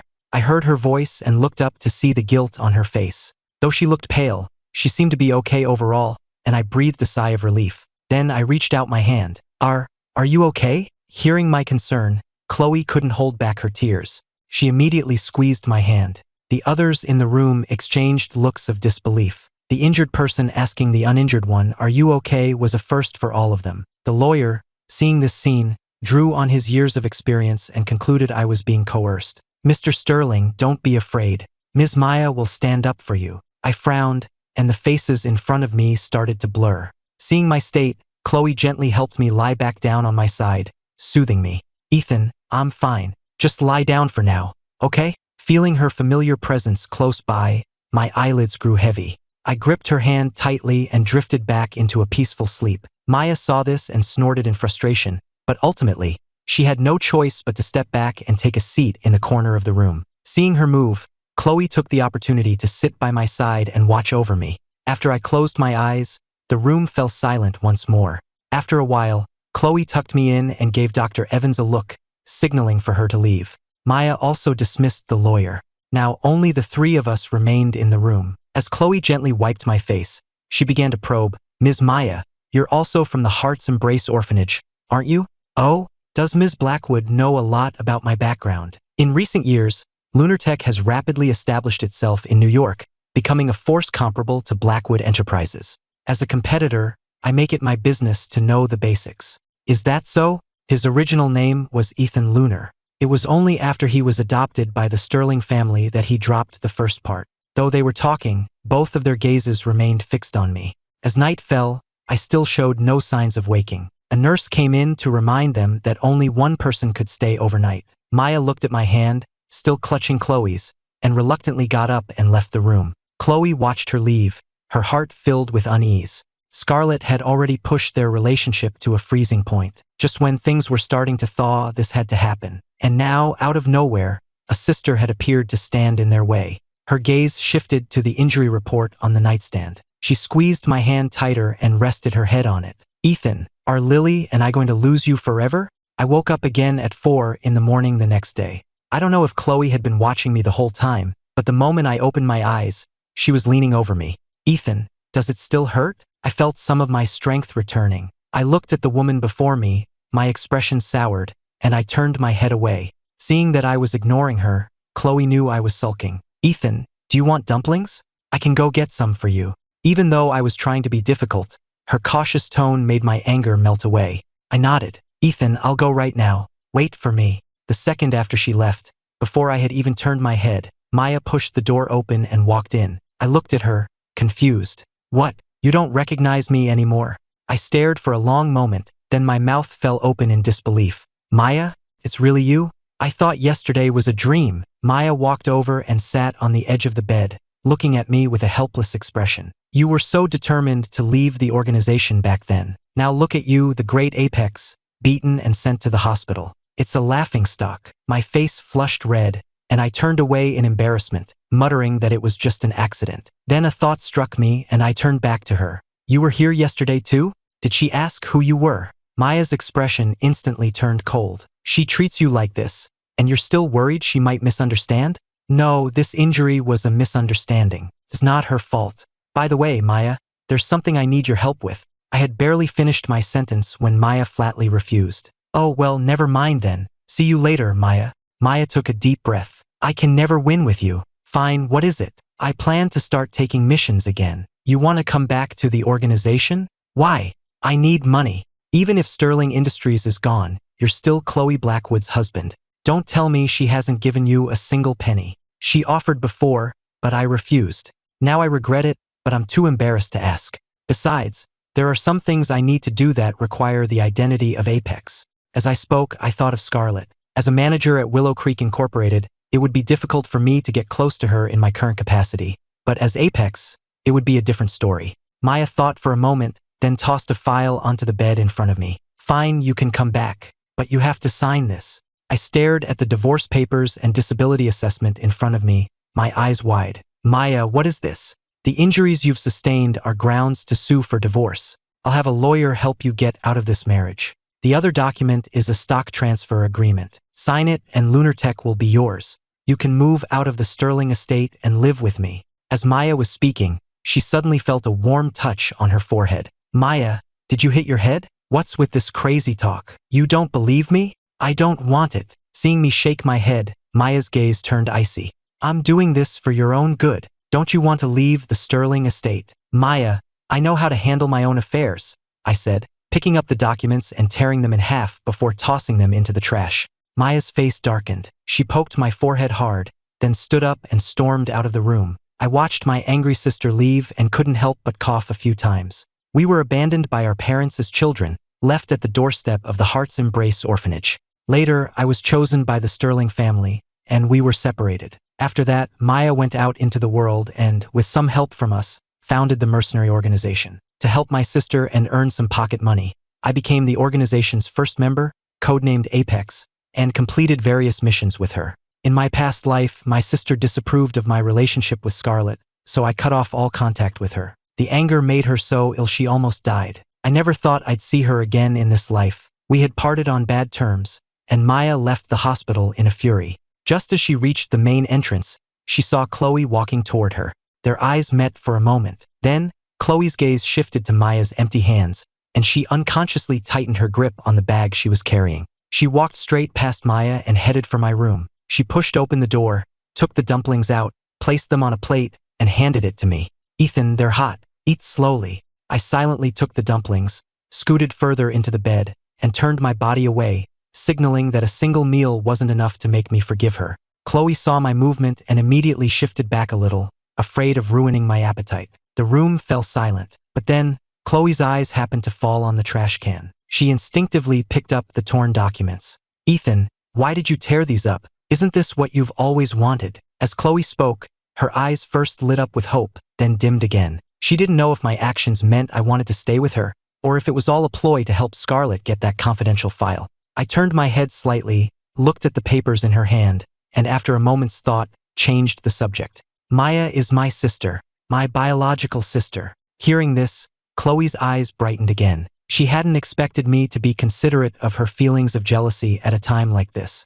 She was about to say something when Dr. Evans walked in at the most inopportune moment. At this point, there was only one dumpling left on the plate. I hesitated for a long time before finally turning around and holding the plate out to Chloe. "I'm full. You eat it. It would be a waste to throw it out." Chloe looked at the dumpling, then at my reluctant gaze as I looked away, and her heart melted. Forgetting all about kicking Dr. Evans out, she immediately picked up the dumpling and ate it in a few bites.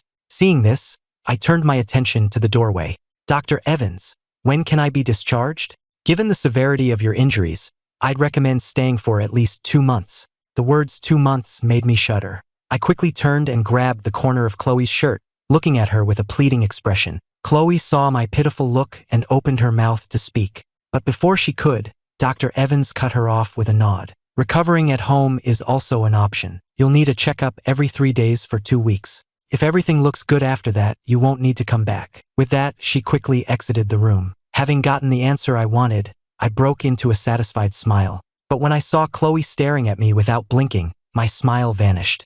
Downstairs, Ms. Hayes watched from the car as the two of us left the hospital, a look of utter disbelief on her face. This time, Chloe wasn't supporting me. In reality, Chloe desperately wanted to come closer, but she was afraid I would reject her, so she could only follow closely behind. I, on the other hand, was holding my breath. While it felt good to be independent, it also really hurt. And no matter how you looked at it, what happened in the study was forced, and I felt a sense of humiliation. I couldn't bring myself to face her just yet, so I awkwardly avoided her gaze. When we arrived at the Sterling estate, I looked around but didn't see Lily anywhere. Seeing my searching gaze, Chloe quickly explained that Lily had gone with her grandmother to a class reunion and wouldn't be back tonight. I saw the unnatural expression on her face and knew she must have sent Lily away on purpose. I didn't call her out on it and just kept walking. When I reached the lavender field, my steps slowed. I pouted slightly, then returned to my room and closed the door firmly behind me. When Chloe came out of the kitchen with my lunch and entered my room, I was already asleep. She placed the porridge on the nightstand. As she was about to help me turn over, her eyes fell on the large expanse of gauze on my back. The memory of last night's madness hit her, and she stumbled, collapsing to her knees. A moment later, she took the pill bottle from her pocket, swallowed a tablet, and her ragged breathing slowly began to even out. I sensed movement beside me and opened my eyes to see her sitting on the floor, leaning against the bed with a pained expression. I quickly got out of bed and knelt in front of her. "Are you okay? Are you not feeling well?" Seeing my frantic concern, Chloe couldn't hold back any longer. She buried her head in the crook of my neck. "I'm sorry, Ethan. Tell me, what can I do to make up for the harm I've caused you?" I sighed and gently placed my hand on her head. "It's okay. See? I'm fine. When I'm all healed up, if you want, we can sit like this for as long as you like." But even after I finished speaking, Chloe didn't respond, just continued to nuzzle her head against my shoulder. Helpless, I cupped her face in my hands. "Promise me one thing, and I'll forgive you." Chloe snapped back to reality and nodded vigorously. "Ethan, as long as you don't leave me, I'll promise you anything. I haven't thought of it yet. You can owe me. Then I'll wait until you've thought of something. Ethan, I swear, what happened that night will never happen again. If..." I cut her off with a kiss. Chloe's eyes slowly widened as she looked at me, so close to her. Afterwards, I pulled back. "How's that? Feeling better? Don't feel guilty. I didn't tell you about taking the punishment because I was afraid you'd feel guilty. I'm also responsible for what happened, so let's just put it behind us. Can we agree not to mention it again?" Chloe caressed my face and shook her head. "Ethan, why did you go take the punishment? Your injuries from that day hadn't even healed. 5 lashes from the disciplinary hall could have killed you. You're one to talk, always adding new wounds on top of old ones. But this is the last time. I promise I will never let you take a punishment for me again." Chloe's body trembled slightly. She had never expected me to say something like that to her. Looking at my determined face, she was so happy her eyes crinkled into a smile. In the end, Chloe picked up the porridge and insisted on feeding me. I couldn't win against her, so I obediently opened my mouth. After I finished, she even dotingly wiped my mouth. Seeing that I was tired, she covered me with the blanket. After a few more reminders and reassurances, she waited until she was sure I was fast asleep before turning to go to the study to work. In the study, the woman stopped, crouched down, and traced the crimson stain on the carpet with her finger. Her body tensed up again. A few hours later, in the bedroom, my phone suddenly blared with a piercing ringtone. I frowned and pulled the covers over my head. But 3 minutes later, the phone was still ringing. I shot up in bed, but the sudden movement sent a searing pain through my back, making me grit my teeth. When I grabbed the phone and saw the name on the screen, I nearly ground my teeth to dust. "Ethan, what are you doing? Your phone either has no signal or you're not answering." Scarlett's nauseating voice came through the speaker. I opened the window, suppressed my rage, and told her to get to the point. "Haven't you gotten the bid proposal yet?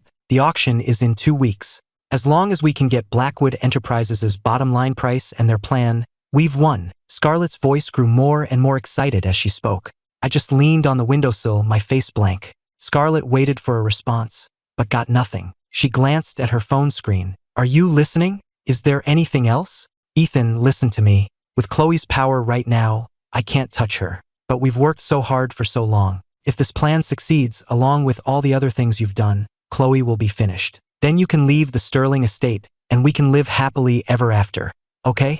In a few days, I'll start working at Blackwood Enterprises. I'll figure out a way to get the proposal. Ethan, our future happiness depends on you." I listened to the dial tone and took a deep breath. If this phone hadn't been a gift from Chloe, I would have thrown it out the window. My gaze fell on the phone, and a question suddenly popped into my head. How did Chloe find me that night? After carefully examining the metal charm on the phone, I understood. In the evening, I went down to the kitchen. When I learned that Chloe was still in the study, I thought for a moment, then took the dinner tray from Mrs. Davison and headed straight there. Since my hands were full, I gave the door a few gentle kicks with my foot. Hearing the sound, Chloe's typing stopped. She quickly got up to open the door. After all, no one else would dare to kick her study door. "Ethan, why are you awake?" Chloe asked, taking the tray from me and steadying my arm. I rolled my eyes at her and walked into the room. "Honey, you're being too dramatic. It's not like I can't move." After I set the food down, she immediately buried her head in the crook of my neck, leaning against me and calling it recharging her work energy. I gently bumped my head against hers and placed the bowl in front of her. "Eat up. You still have to put medicine on my back later." That night, I lay on the bed while the woman gently cleaned the inflamed wounds on my back. I racked my brain, unsure how to bring it up. Finally, I gritted my teeth, closed my eyes, and decided to just go for it. "Honey, I have a favor to ask. Can I get a job?" Chloe's hand froze. "You want to leave the Sterling estate? Look, during the day you're at work, and Lily is at preschool. I'm just here at home by myself. You've kept me cooped up long enough, haven't you? I'm a grown man. Where do you want to work? I'll arrange it for you." I was stunned. I turned my head in disbelief. I never expected Chloe to be so agreeable. "Can I come work at Blackwood Enterprises? That way, I can see you whenever I want, and I can help you." Chloe's face was blank, but the fist hidden under her sleeve was clenched so tightly it creaked. "Which department do you want to be in? I'll have Ms. Hayes arrange it." "So you agree?" Chloe nodded, putting the disinfectant supplies back into the first aid kit. An idea sparked in my mind. "Are you looking for an assistant? I see Ms. Hayes is always so busy. Maybe I could take on some of her work? I need to submit an internship report for school anyway. An assistant's job involves a lot of miscellaneous tasks. Can you handle that?" Her question, combined with the look in her eyes, felt like an insult to my intelligence. But I couldn't argue, because I honestly had no idea what an assistant actually did. "How about this? I'll shadow Ms. Hayes for a while first. I'm confident that with my abilities, I can learn the ropes within a week. Your body hasn't fully recovered yet. We'll talk about it next week. Then I'll rest for 3 days. After that, I'll start learning from her. No physical work." "Got it," I'll tell her.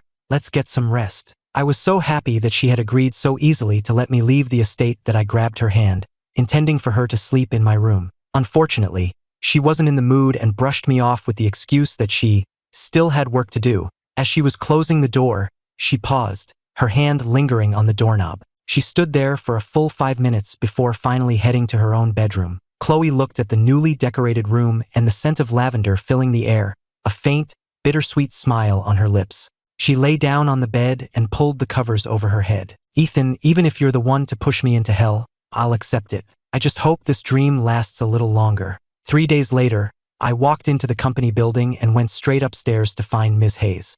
After giving instructions in the main office area, Ms. Hayes returned to her office and collapsed into her chair, exhausted. She had been running around nonstop all day, and now Chloe wanted her to train me as an assistant. The thought gave her a massive headache. She wouldn't be able to criticize me or tell me off, and she'd have to maintain a professional distance. Ms. Hayes let out a groan of despair. I stood at her office door, saw her look of utter defeat, and smiled. Then I called out, "Ms. Hayes, I'm here to report for duty." Startled by my voice, Ms. Hayes jumped up and hurried over. After a brief chat, Ms. Hayes began to show me the ropes of being an assistant. I followed her as we rushed from place to place, visiting several important clients and handling numerous miscellaneous tasks, like running errands for them. We were busy until the evening, when we finally returned to Blackwood Enterprises.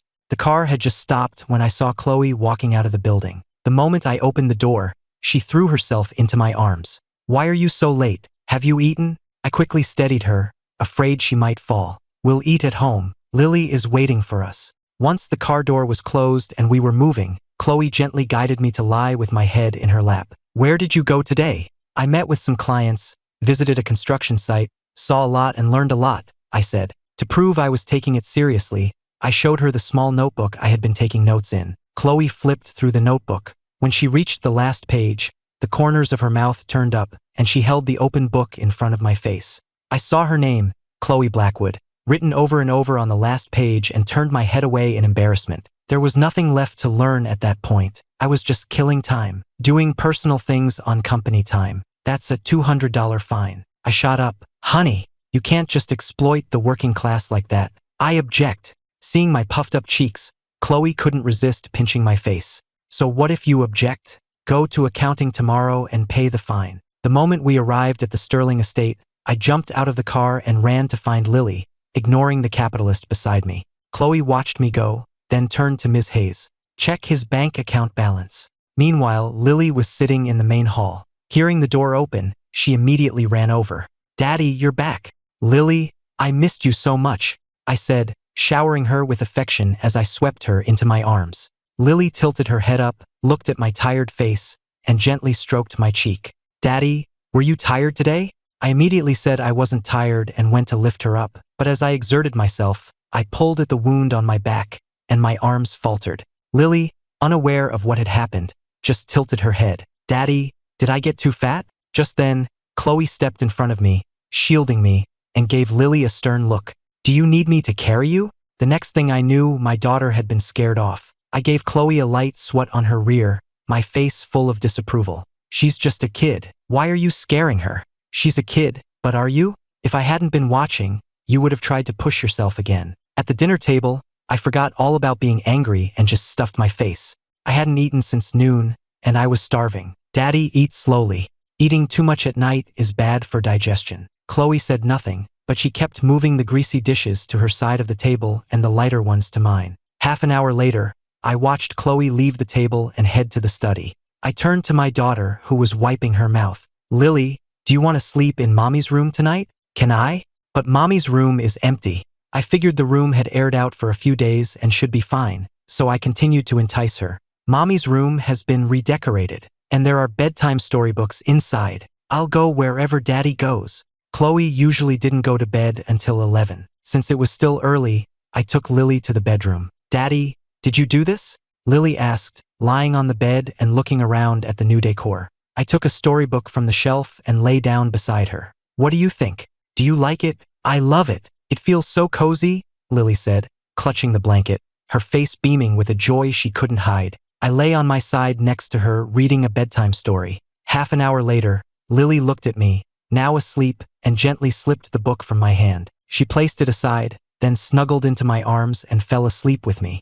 After finishing her work, Chloe passed by my bedroom. Her steps faltered, and she paused for a few minutes before continuing on to her own room. As she was about to turn on the light, she saw the figures on the bed. Father and daughter snuggled together. Chloe couldn't resist taking out her phone and snapping a picture. Then, she lifted the covers, slid in, and gently caressed my face. Just then, Lily's soft voice came from between us. "Mommy, you're going to wake Daddy up. Why are you still awake?" "I was waiting for you, Mommy." "Mommy, what's wrong with Daddy these past few days? He seems like a different person. Do you think he'll go back to the way he was before when he wakes up tomorrow?" Lily tilted her head up to look at Chloe. Chloe gently patted the girl's head. He won't. Go to sleep now, go to sleep." Hearing this, Lily relaxed and fell asleep a short while later. The next morning, I opened my eyes and saw the sleeping mother and daughter. I planted a kiss on the little girl's cheek, then gave one to the big girl. When the sound of the door closing echoed through the room, Chloe slowly opened her eyes. She placed a hand on the spot I had kissed, and a smile graced her lips. A little later, Chloe went downstairs and saw Mrs. Davison standing outside the kitchen. After a brief conversation, she learned that I was planning to make breakfast myself today. Her eyes narrowed, and she marched straight into the kitchen. "Honey, what are you doing here? Why don't you sleep in a little?" I asked, holding a spatula in one hand and the instruction manual for the range hood in the other. Chloe looked me up and down, sighed, and then snatched the spatula from my hand. When Lily woke up, the room was empty. She rubbed her sleepy eyes and went downstairs.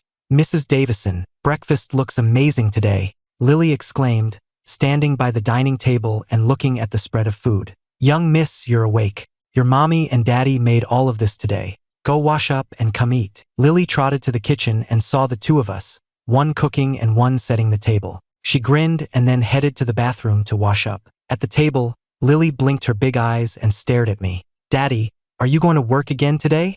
That's right. When Daddy gets his paycheck, I'll buy you a present, okay?" Hearing this, Chloe's hand, which was reaching for the milk, paused. She looked at my earnest expression and once again began to doubt the state of my finances. Time passed. Blackwood Enterprises. I saw Ms. Hayes standing next to Chloe, looking dazed, and couldn't resist sidling up to her.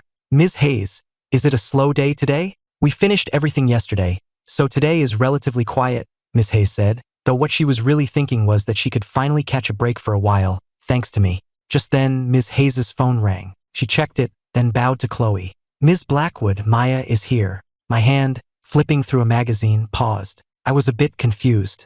Chloe, however, simply nodded and told her to let Maya in. The moment Maya entered the room, she saw me sitting on the sofa. Even as she greeted Chloe, her eyes remained fixed on me. It wasn't until they were about to discuss business that Maya walked over. "I'm here to discuss a partnership for the bid auction next week." "What's the matter?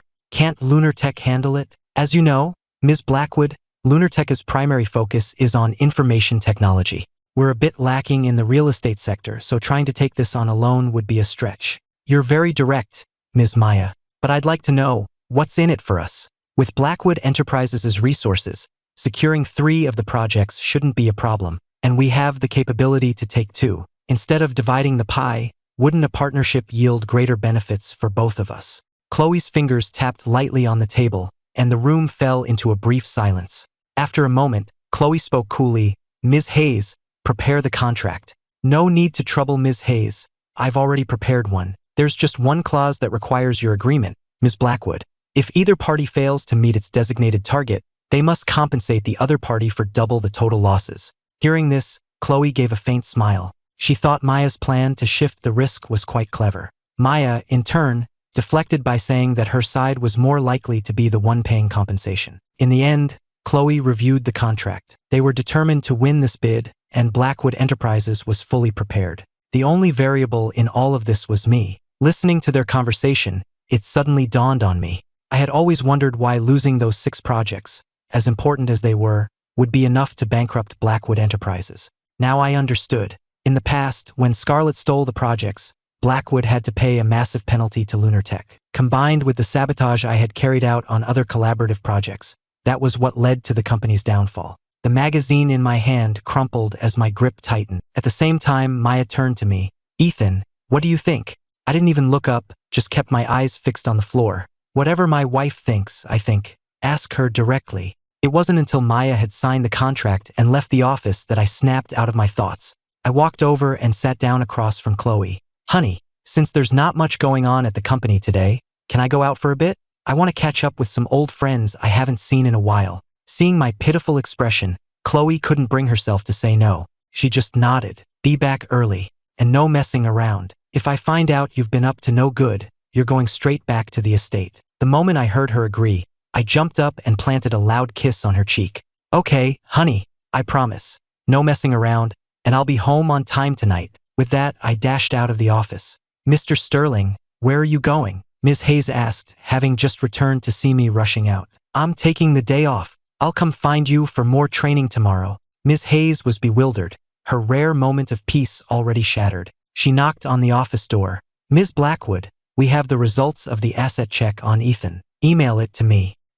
Ms. Blackwood, he doesn't have that many assets. No need for an email. Ms. Hayes handed her a single sheet of paper. Chloe turned slightly and looked at the A4 paper, which had only one line of numbers on it. What does this number mean? All of Mr. Sterling's assets are in this one bank account. According to our investigation, the current balance is only $2,129. What about his other assets? Ms. Blackwood, Mr. Sterling has no other assets to his name. He voluntarily renounced his inheritance rights, and the Sterling family fortune was divided among his relatives.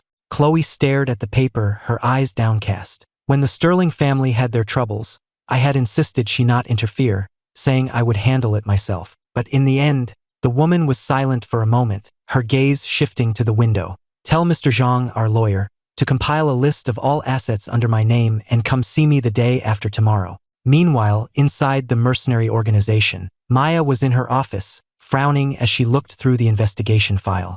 No wonder he wants to come back. He's really broke. She looked at the account balance written on the paper and chuckled. Boss, Apex is back, an assistant reported from outside the office. Maya's eyes narrowed, and she snorted. Make him wait outside. 2 hours later, I was leaning against a pillar, my eyes closed, dozing. Another 2 hours passed. Maya glanced at the time and left her office. I heard her footsteps coming down the stairs and opened my eyes slightly, but she walked right past me without a single glance. I had no choice but to block her path. Maya, what do I have to do for you to let me come back? Didn't we already discuss this at the hospital? If I recall correctly, you refused. Maya, I'm not going to divorce her, and I don't want Lunar Tech. This is my personal business. It has nothing to do with the organization. Ethan, I'm just managing the organization in your place. You can come and go as you please. You don't need my permission. Besides, the startup capital for Lunar Tech came from the Half Group. It was always your property to begin with. Her words left me speechless. After a moment of thought, I said, since you won't let me come back as Apex, I'll join the new recruits and go through the trials with them. I'll start from the beginning. Maya's eyes widened for a second. She watched me storm off, then covered her face with her hand in exasperation. I drove back to the Sterling estate and stayed in my room until 2 a.m. Then I got out of bed, changed into a black outfit, put on a baseball cap and a mask, and slipped out through the balcony window. I went to the garage, got on my motorcycle and left the estate. Blackwood Enterprises. I parked the motorcycle in a spot with no security cameras and quickly approached a first-floor restroom window. I had already broken the latch earlier in the day, so all I had to do was push it open to get inside. At this hour, the only light in the building came from the emergency lights in the hallways. To avoid the patrol guards, I had to take the stairs all the way to the 26th floor.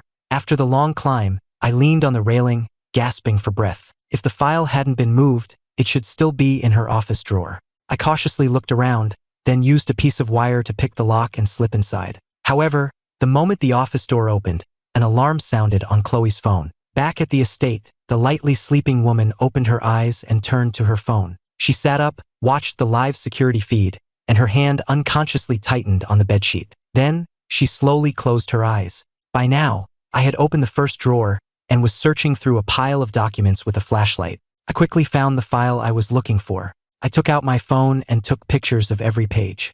All I had to do was alter the data, take new pictures, and send them to Scarlett. Then, at the auction, Willow Creek would be finished. But to be safe, I would wait until the day before the auction to send her the pictures, just in case something unexpected happened. I glanced at the time. It was 4 a.m. I put the file back exactly as I had found it and quietly slipped out of the office. Back at the Sterling estate, watching me tiptoe out of the office on her screen, a small, unreadable smile played on Chloe's lips.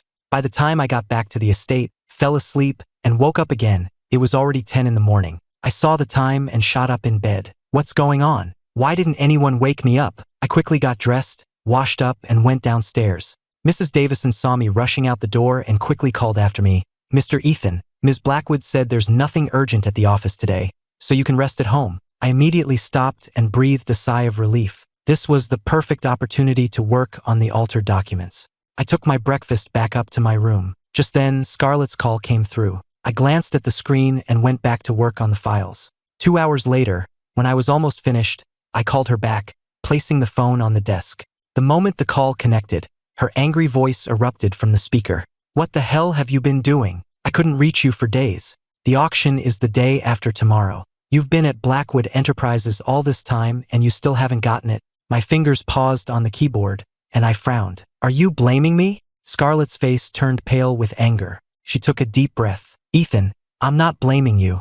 The auction is about to start. You need to send me Blackwood's bottom line price so we can undercut them. Do you understand? Don't worry. I know where the file is, but Chloe is watching me like a hawk. I can't get to it. Isn't there any other way? I heard from Ms. Hayes that Chloe is going to Boston tomorrow at 6 p.m. and won't be back until 4 a.m. I can use that time to sneak into the office and get the pictures for you. But isn't that a bit late?" Scarlett paced her office.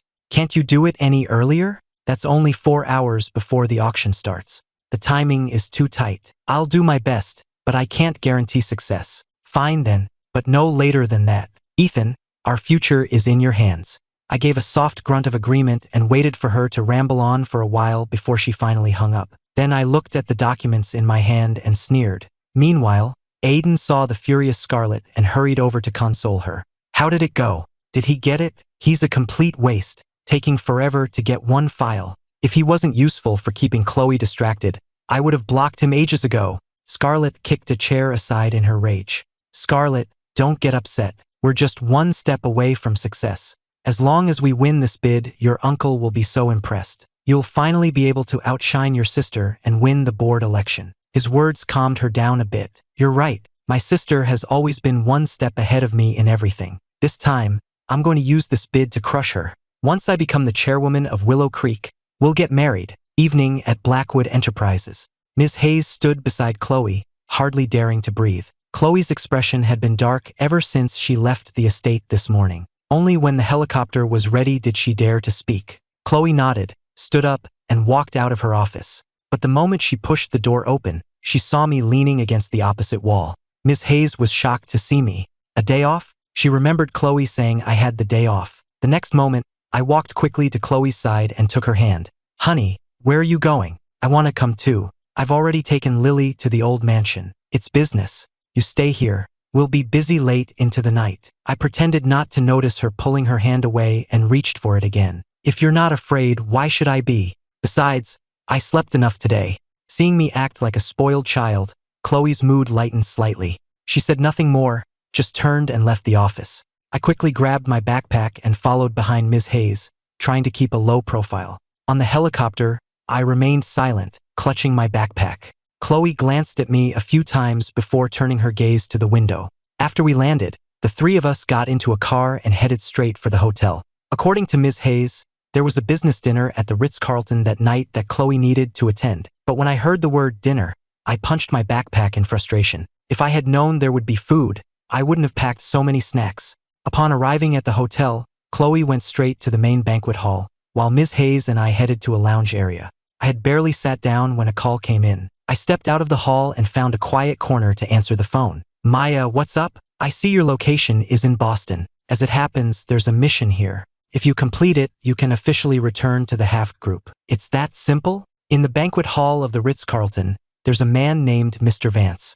Get the chip from his neural interface and deliver it by 5 p.m. tomorrow. That will count as your success. I sent his photo to your phone. By the way, the chip is specially designed. No one can remove it but him. A wicked smile played on my lips. Then we'll see if he values his head more or his chip. Be careful. He's surrounded by bodyguards. After hanging up, I rolled my shoulders, loosening the joints. Ms. Hayes checked the time and was about to go look for me when she saw me walk in. I settled back into my seat and began scanning the people in the banquet hall. It didn't take long to find the man from the photo. "Ms. Hayes, who is that man?" I asked, having spotted him immediately. "That's Mr. Vance, the son of the event's host." I nodded, watching Mr. Vance continuously talking to my wife, and a deep sense of unease washed over me. My rational mind told me to assess the situation and wait for an opportunity. But the next thing I knew, I was standing right next to Chloe. The people around us were stunned by my actions. He actually dared to go up and pull Ms. Blackwood away?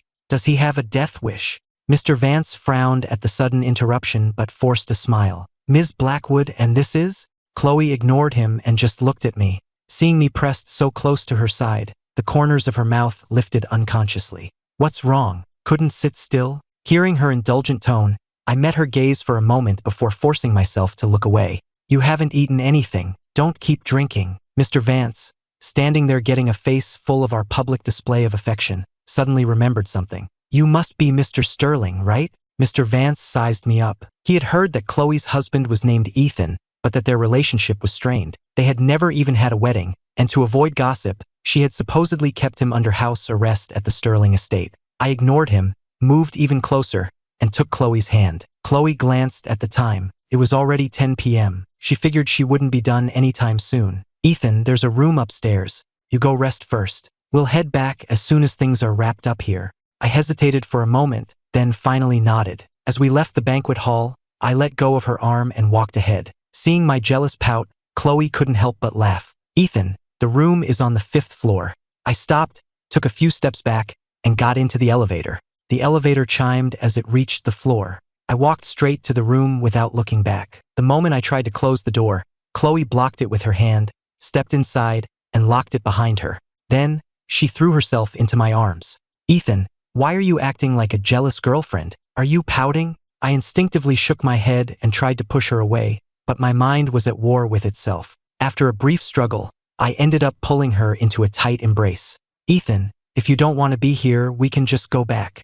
I'll rest here for a bit. You go on. There are a lot of people waiting for you downstairs. Will you be okay on your own? I'll be in the room. Nothing will happen. My rational side took over, and I gently stroked her head. Seeing that my mood had improved, Chloe lingered for another moment of affection before finally leaving the room. 10 minutes later, I opened the door, saw the empty hallway, and headed straight for the hotel's security room. After easily picking the lock with a special wire, I began reviewing the footage from the banquet hall. On the monitor, Mr. Vance was storming out of the banquet hall toward the restroom, kicking a trash can as he passed. He was twisted with jealousy, blaming me for ruining his hard-won chance to get close to Chloe. Who was the idiot who said Ethan was under house arrest? He seemed perfectly fine. While he was venting his anger in the restroom, I was in a nearby utility closet, changing into a waiter's uniform. I put on a mask and a service cap, then stood by the door, observing my surroundings. When I heard the sound of a toilet flushing from one of the stalls, a smirk formed on my lips. I picked up a bucket of water and dumped it all over the top. Hearing a string of curses, I grabbed the bucket and left the restroom. Taking advantage of the empty hallway, I slipped into his private suite. 5 minutes later, the man stormed into the room in a powerless rage and unleashed a torrent of abuse on his bodyguards. The next moment, he strode toward the closet. The instant he opened the door, I lunged out, grabbing him by the throat and slamming him to the ground. The sudden chokehold sent Mr. Vance into a panic. He tried to scream for help, but my grip on his throat was too tight. After a few moments, his eyes rolled back, and he passed out. Seeing him unconscious, I took off my cap and scanned the room. Once I was sure it was secure, I flipped him over and began to examine the interface on the back of his head. After a moment, I pulled out a USB drive inside. I thought for a second, then bound his hands and feet with duct tape, dragged him into the bathroom, tossed him into the tub, and turned on the shower. The cold water splashing on his face shocked Mr. Vance awake. But with his mouth taped shut, all he could manage were muffled groans. I typed a few words on my phone and held it in front of his face. Tell me how to remove the chip, or in 1 minute, I'm taking your head along with it. You're after the money? Then this is all negotiable. The next second, however, I pulled out a blade and began tracing a line across his neck. 10 minutes later, I had the chip wrapped in a tissue. I washed my hands, then climbed out the window, using the air conditioning unit to cross over to the adjacent empty room. A moment later, I heard the sound of bodyguards breaking down the door next door. I opened my own door and casually walked away. Soon after, back in the banquet hall, an assistant rushed to find Mr. Vance Sr. and explain the situation. Upon hearing the news, Mr. Vance Sr. immediately excused himself from his conversation with Chloe and left the hall. Ms. Hayes then approached Chloe from behind. Ms. Blackwood, I heard Mr. Vance was kidnapped and injured. Hearing the word kidnapped, Chloe's brow furrowed. She stood up and headed for the stairs. At the same time, I was in the shower, trying to wash the faint smell of metal off my skin. But just as I stepped out, there was a knock at the door. Chloe's anxious voice came through the door. "Ethan, are you in there?" I'm here. Why are you back?" I froze for a second at the sound of her voice, quickly hid my weapon, gave myself a quick wipe down, and opened the door. Chloe breathed a sigh of relief when she saw I was unharmed, but then her eyes widened. "Your back wound hasn't fully healed yet. How can you be taking a shower?" I simply turned my back to her, taking a small step closer in the process. Chloe's face immediately flushed. She hastily pulled back, averting her gaze. As long as you didn't wash your back. Someone was kidnapped, so the banquet is over. So can we leave now?" Chloe looked at my wet hair, then at the time. "Let's just stay here tonight." "But isn't the bid auction tomorrow?" Hearing this, Chloe gave me an unreadable look, then brushed the damp hair from my forehead. "We'll leave at 5 a.m. Get some rest. Good night." I watched her quickly leave the room, feeling a pang of disappointment. But then I thought, after how she's been with me, I'm sure I can win back her trust sooner or later. In Mr. Vance's room, a crowd of doctors had just finished treating the wound on the back of his head and were now filing out. "Dad, you have to do something. You didn't see who it was?" "All I know is that it was a man, dressed as a waiter. We can check the security footage." We went to the security room immediately, but today's recordings have all been corrupted. They can't be recovered. What? So I just have to suffer for nothing? That was all my cryptocurrency. All right, stop crying. I've already locked down the hotel. I'll have every room searched. I refuse to believe we can't find him. Half an hour later, just as I was about to go to sleep, there was a knock on my door. "Hello, sir. Sorry to disturb you so late. Something was stolen from us, and the thief is still in the building. Would you mind if we did a quick search?" I saw the detector in the man's hand, and my heart skipped a beat. I pretended to check my phone, then put on an angry expression. "Do you have any idea what time it is?" "Our apologies, sir, but these are Mr. Vance Sr.'s orders. Please cooperate with us." Looking at the team assembled before me, it was clear Mr. Vance Sr. was pulling out all the stops to get his son's chip back. A hotel-wide search in the middle of the night, wasn't he afraid of offending people? I yawned, my expression turning cold. Is this how the Ritz-Carlton treats its guests? What does your lost property have to do with me? The staff member could tell I wasn't an ordinary guest and seemed hesitant. Seizing the advantage, I angrily slammed the door in his face. The moment it was shut, I rushed to the bathroom and flushed my blade down the toilet. The fact they had detectors meant the chip must be coated with some kind of traceable substance. I scanned the room. From the 5th floor, the large swimming pool below was still active with people, so throwing it out was not an option. Instead, I took the tissue-wrap chip, wound a 6-foot length of tape around it, and lowered it down the sink drain into the pipe. I used a waterproof disc to cover the opening, leaving just a tiny, transparent tab of tape visible so I could pull it back up. Just then, another knock came at the door. I filled the sink with water and some soap suds, splashed my face, and then stormed over to open the door.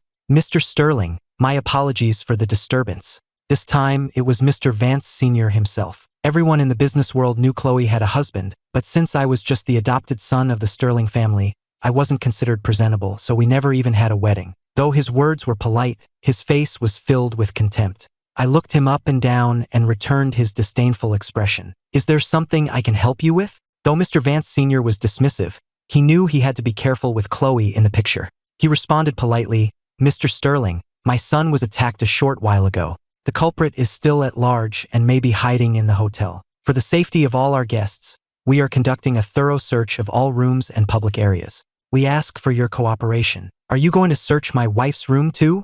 "Ms. Blackwood, of course, is exempt." I scoffed, stepped aside, and turned on all the lights in the room. Then I casually sat down in a corner. Several large men in black suits immediately entered and began to tear the room apart. I yawned, watching them sweep the room with their devices, feigning indifference. Inwardly, I was panicking. If they could actually trace it through the pipes, not only would I fail the mission, but Chloe would be implicated. Just as a staff member with a scanner walked into the bathroom, I was contemplating whether I should drug them all when a voice suddenly came from the doorway. "What are you doing?" Chloe stood in the doorway, her eyes fixed on Mr. Vance Sr. I felt like I'd been saved. I quickly called out, "Honey," and gave a little wave. Seeing the room full of people, Chloe strode over to stand in front of me, her gaze still locked on Mr. Vance Sr. "What is the meaning of this, Mr. Vance? Do you think the Sterling family has no one to stand up for it?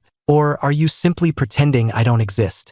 Mr. Vance Sr. flinched and took a step back from the furious woman. Cursing the unreliable rumors under his breath, he forced a sycophantic smile.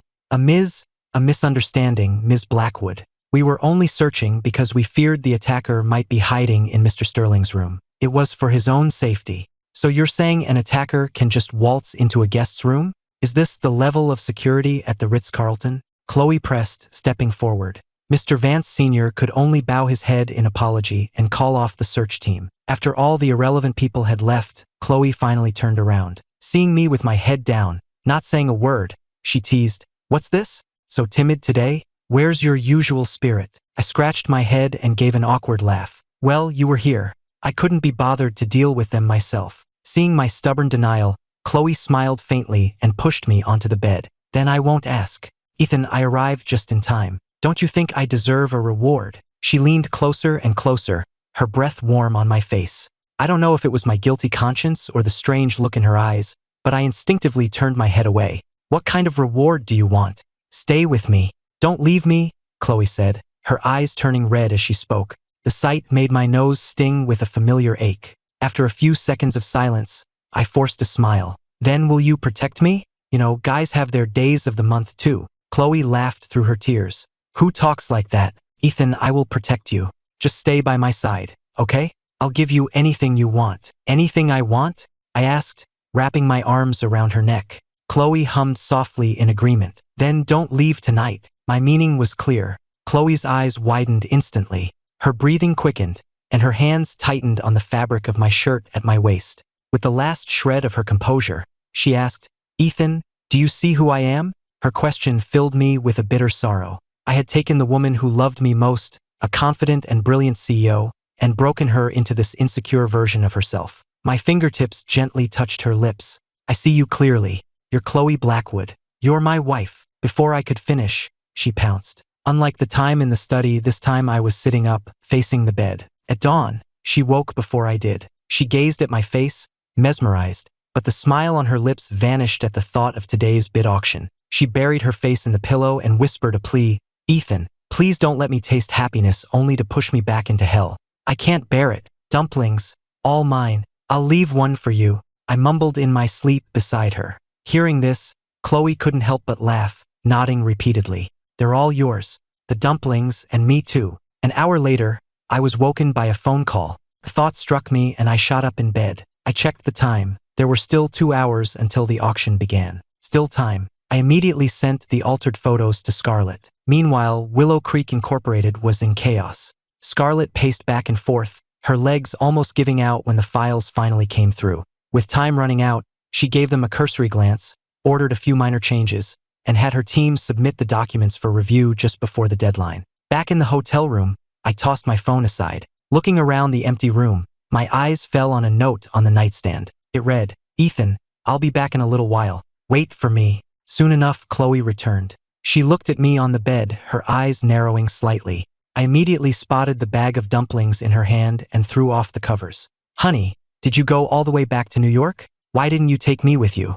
Aren't you tired from all that running around?" My eyes were filled with concern, though they kept darting to the dumplings. I was deeply moved. After we both got dressed and washed up, Chloe sat with me while I ate breakfast. I wanted to ask about the auction, but she said we had to go home first. Seeing no other option, I resorted to being a pest again. "Honey, let me come with you.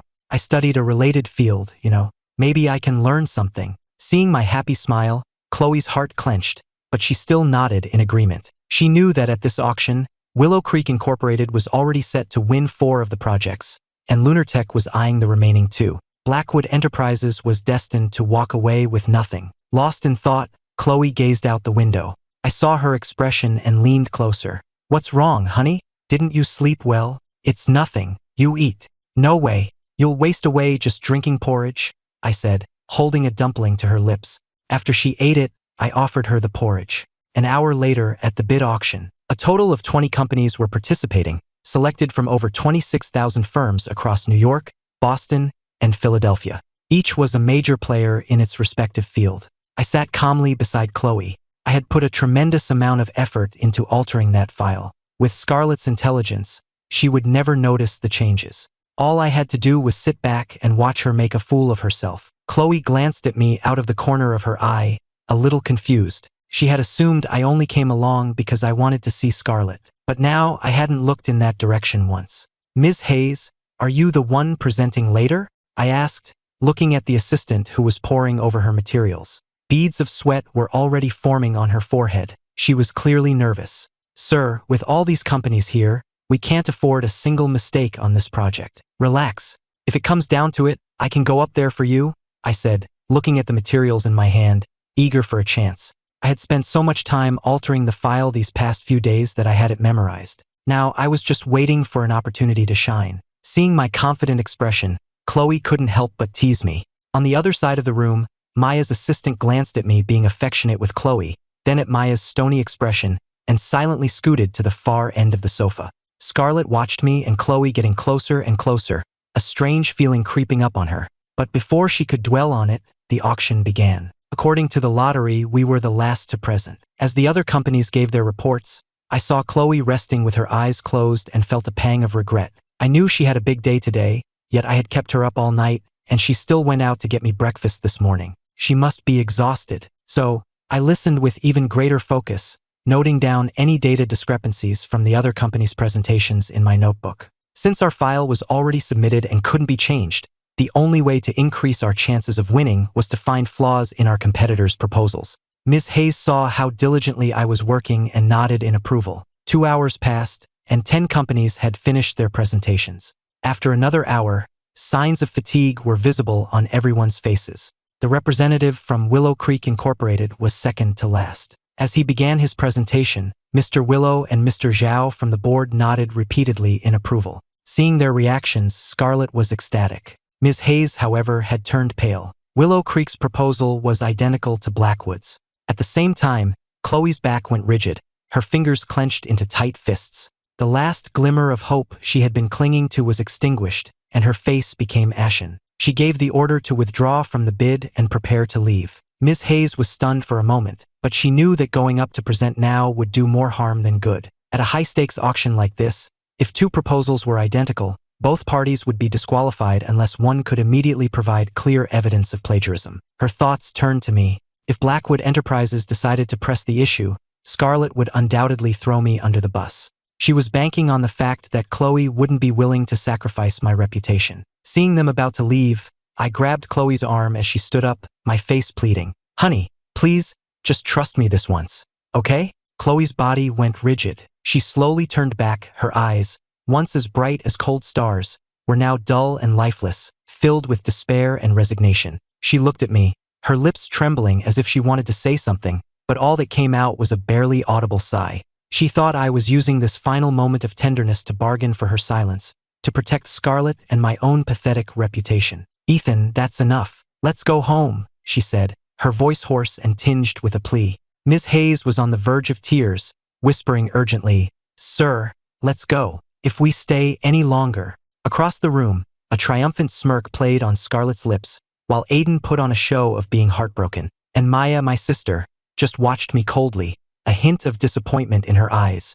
I ignored them all, my gaze fixed on Chloe as I repeated, word by word, "Chloe, trust me." This was perhaps the first time in 2 lifetimes that I had looked at her with such a steady, clear gaze. From the depths of my eyes, she seemed to see a light she had never seen before.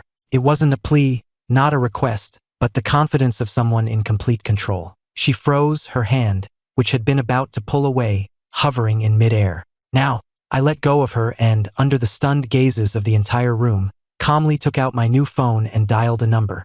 "It's me," I said into the phone, just 2 words. A respectful voice replied from the other end, "Apex, everything is ready. Begin." The moment I spoke, the massive LED screen at the front of the hall, which had been displaying the Willow Creek Incorporated logo, suddenly fizzled and switched to an image of deep space. Then, a logo formed from countless stars, radiating technology and power, materialized on the screen. Haft Group. Every business elite in the room, including the heads of major corporations, gasped in unison. The Haft Group? The global tech and security giant. What are they doing getting involved in a real estate bid? Amidst the murmurs, a promotional video began to play. Cutting-edge weapons development, an all-seeing intelligence network, and the legendary mercenary organization, scene after scene shocked the audience to their core. And when, at the end of the video, a line of gold text slowly faded in, the entire hall fell into a dead silence. Congratulations to Mr. Ethan Sterling on his appointment as Executive Officer, Half Group, America's Division, internal code name, Apex. The photo showed me in a sharp black suit, my eyes piercing, a world away from the kept man image I had cultivated. Boom! It was as if a bomb had gone off in the conference hall. The smug look on Scarlett's face instantly froze, then turned deathly pale. Aiden's mask of grief shattered, replaced by sheer disbelief. And Chloe, she whipped her head around and stared at me, her beautiful eyes a whirlwind of shock, confusion, and bewilderment, all of it swirling together until it dissolved into a thick mist of tears. Ethan, you... I didn't answer her, just gave her a reassuring smile and started walking toward the stage. Every step seemed to land on the collective heartbeat of the room. I picked up the microphone, my gaze sweeping over Scarlett and Aiden like a sharpened blade. Willow Creek's proposal is indeed highly similar to ours. I began, my voice quiet but carrying to every corner of the room. That's because the so-called final version was leaked to Miss Scarlett by me personally. The room erupted in an uproar. Scarlett, as if grasping at a lifeline, shrieked, "You all heard him. He admitted it himself. He's the one who betrayed Blackwood." I cut her off with a cold laugh. "Not so fast. Just because I gave it to you, does that make it real?" With that, I took a small drive from my pocket, the very chip I had taken from Mr. Vance, and plugged it into the main computer. Some of you may have heard about the recent incident at the Ritz-Carlton. As it happens, I was the attacker. Another bombshell dropped, leaving the audience reeling. I continued, "I went after Mr. Vance for one reason, this." The screen changed, and the contents of the chip began to play. It contained crystal-clear recordings of every conversation between Scarlett and Aiden, all their financial transactions, and the entire conspiracy of how they colluded with an offshore illegal financial entity, the very organization behind Mr. Vance, to use this auction to launder money and short the stock of both Blackwood Enterprises and Lunar Tech. Aiden, once we ruin Chloe, you'll have the perfect excuse to be by her side, comforting her. Scarlett, I'll definitely get that file from that idiot Ethan. And then all of Blackwood will be yours. Vicious words, dirty deals, one after another, all laid bare for everyone to see. But that's not all. My voice turned to ice. This chip also recorded something else. 2 years ago, a seemingly accidental car crash took the lives of my adoptive parents and family, leading to the takeover of Sterling Industries. And the mastermind of that crash, all to clear a path and curry favor with the executives at Willow Creek's New York branch, was Aiden. The hatred of my past life, the vengeance of this one, all erupted in that single moment. Aiden collapsed to the floor, his face ashen. Scarlett began to scream like a madwoman. "No, it wasn't me. He did it all. Ethan, you can't do this to me. I love you. Love me?" I scoffed, my eyes filled with contempt. "Is your love torturing me to death in a past life, then running off with Aiden to live happily ever after?" The casual words struck Chloe's heart like a bolt of lightning. She instantly understood the reason for all my strange behavior, for everything that had happened. The tenderness, the dependence, the guilt. She realized my soul had been wandering through an endless hell for far, far too long. Her tears finally broke free. Not because of my identity, not because I had saved the day, but simply out of pure, aching sympathy for everything I had been through. The back doors of the hall were thrown open, and police officers and agents from the Commercial Crimes Division swarmed in. Cold steel handcuffs were snapped onto the wrists of Scarlett and Aiden. The farce was finally over. I walked off the stage and went straight to Chloe. She was crying uncontrollably, like a helpless child. I gently wiped away her tears, pulled her into my arms, and whispered in her ear, "I'm sorry, Chloe, for everything you've been through. I'm back now. I'm truly, truly back by your side." She just nodded vigorously in my arms, sobbing too hard to speak. Just then, Maya walked over. She looked at us, her expression complex, before finally letting out a sigh. "You little brat, you finally acted like a man. Sister-in-law, if he ever dares to bully you again, you tell me. I'll break his legs for you." Chloe looked up from my embrace, her eyes red, and actually managed a small smile at Maya. The auction, naturally, ended in a landslide victory for Blackwood Enterprises. My revised, perfected proposal, combined with a forward-thinking supplementary plan, won unanimous praise from the judges. After the event, Chloe's parents rushed over. The two elders looked at me, all traces of their previous animosity gone, replaced only by relief and pride. "Good lad, you're worthy of being a son-in-law to the Blackwood family," her father said, clapping me firmly on the shoulder. The sun began to set, its golden rays bathing the tree-lined path leading to the Sterling estate. I was driving with Chloe in the passenger seat. In the back was Lily, whom we had just picked up from the old mansion. "Daddy, you were so amazing today. They're talking about you on TV," Lily exclaimed, waving her little hands, her face full of admiration. I smiled, looking at her in the rearview mirror. "So, who's more amazing, Daddy or Mommy?" "Both of you," Lily answered sweetly. Then she leaned between our seats and whispered, "Daddy, Mommy, are we going home now?" "Yes, we're going home," I replied softly. Chloe turned her head to look at me, her eyes, now shining with a renewed light, so gentle they seemed to overflow with warmth. She didn't speak, just reached out and tightly squeezed my hand as it rested on the gearshift. The car slowly pulled into the Sterling estate, passing through the field of pink lavender. I parked, scooped up my sleepy daughter with one arm, and felt Chloe's hand firmly grasp my other.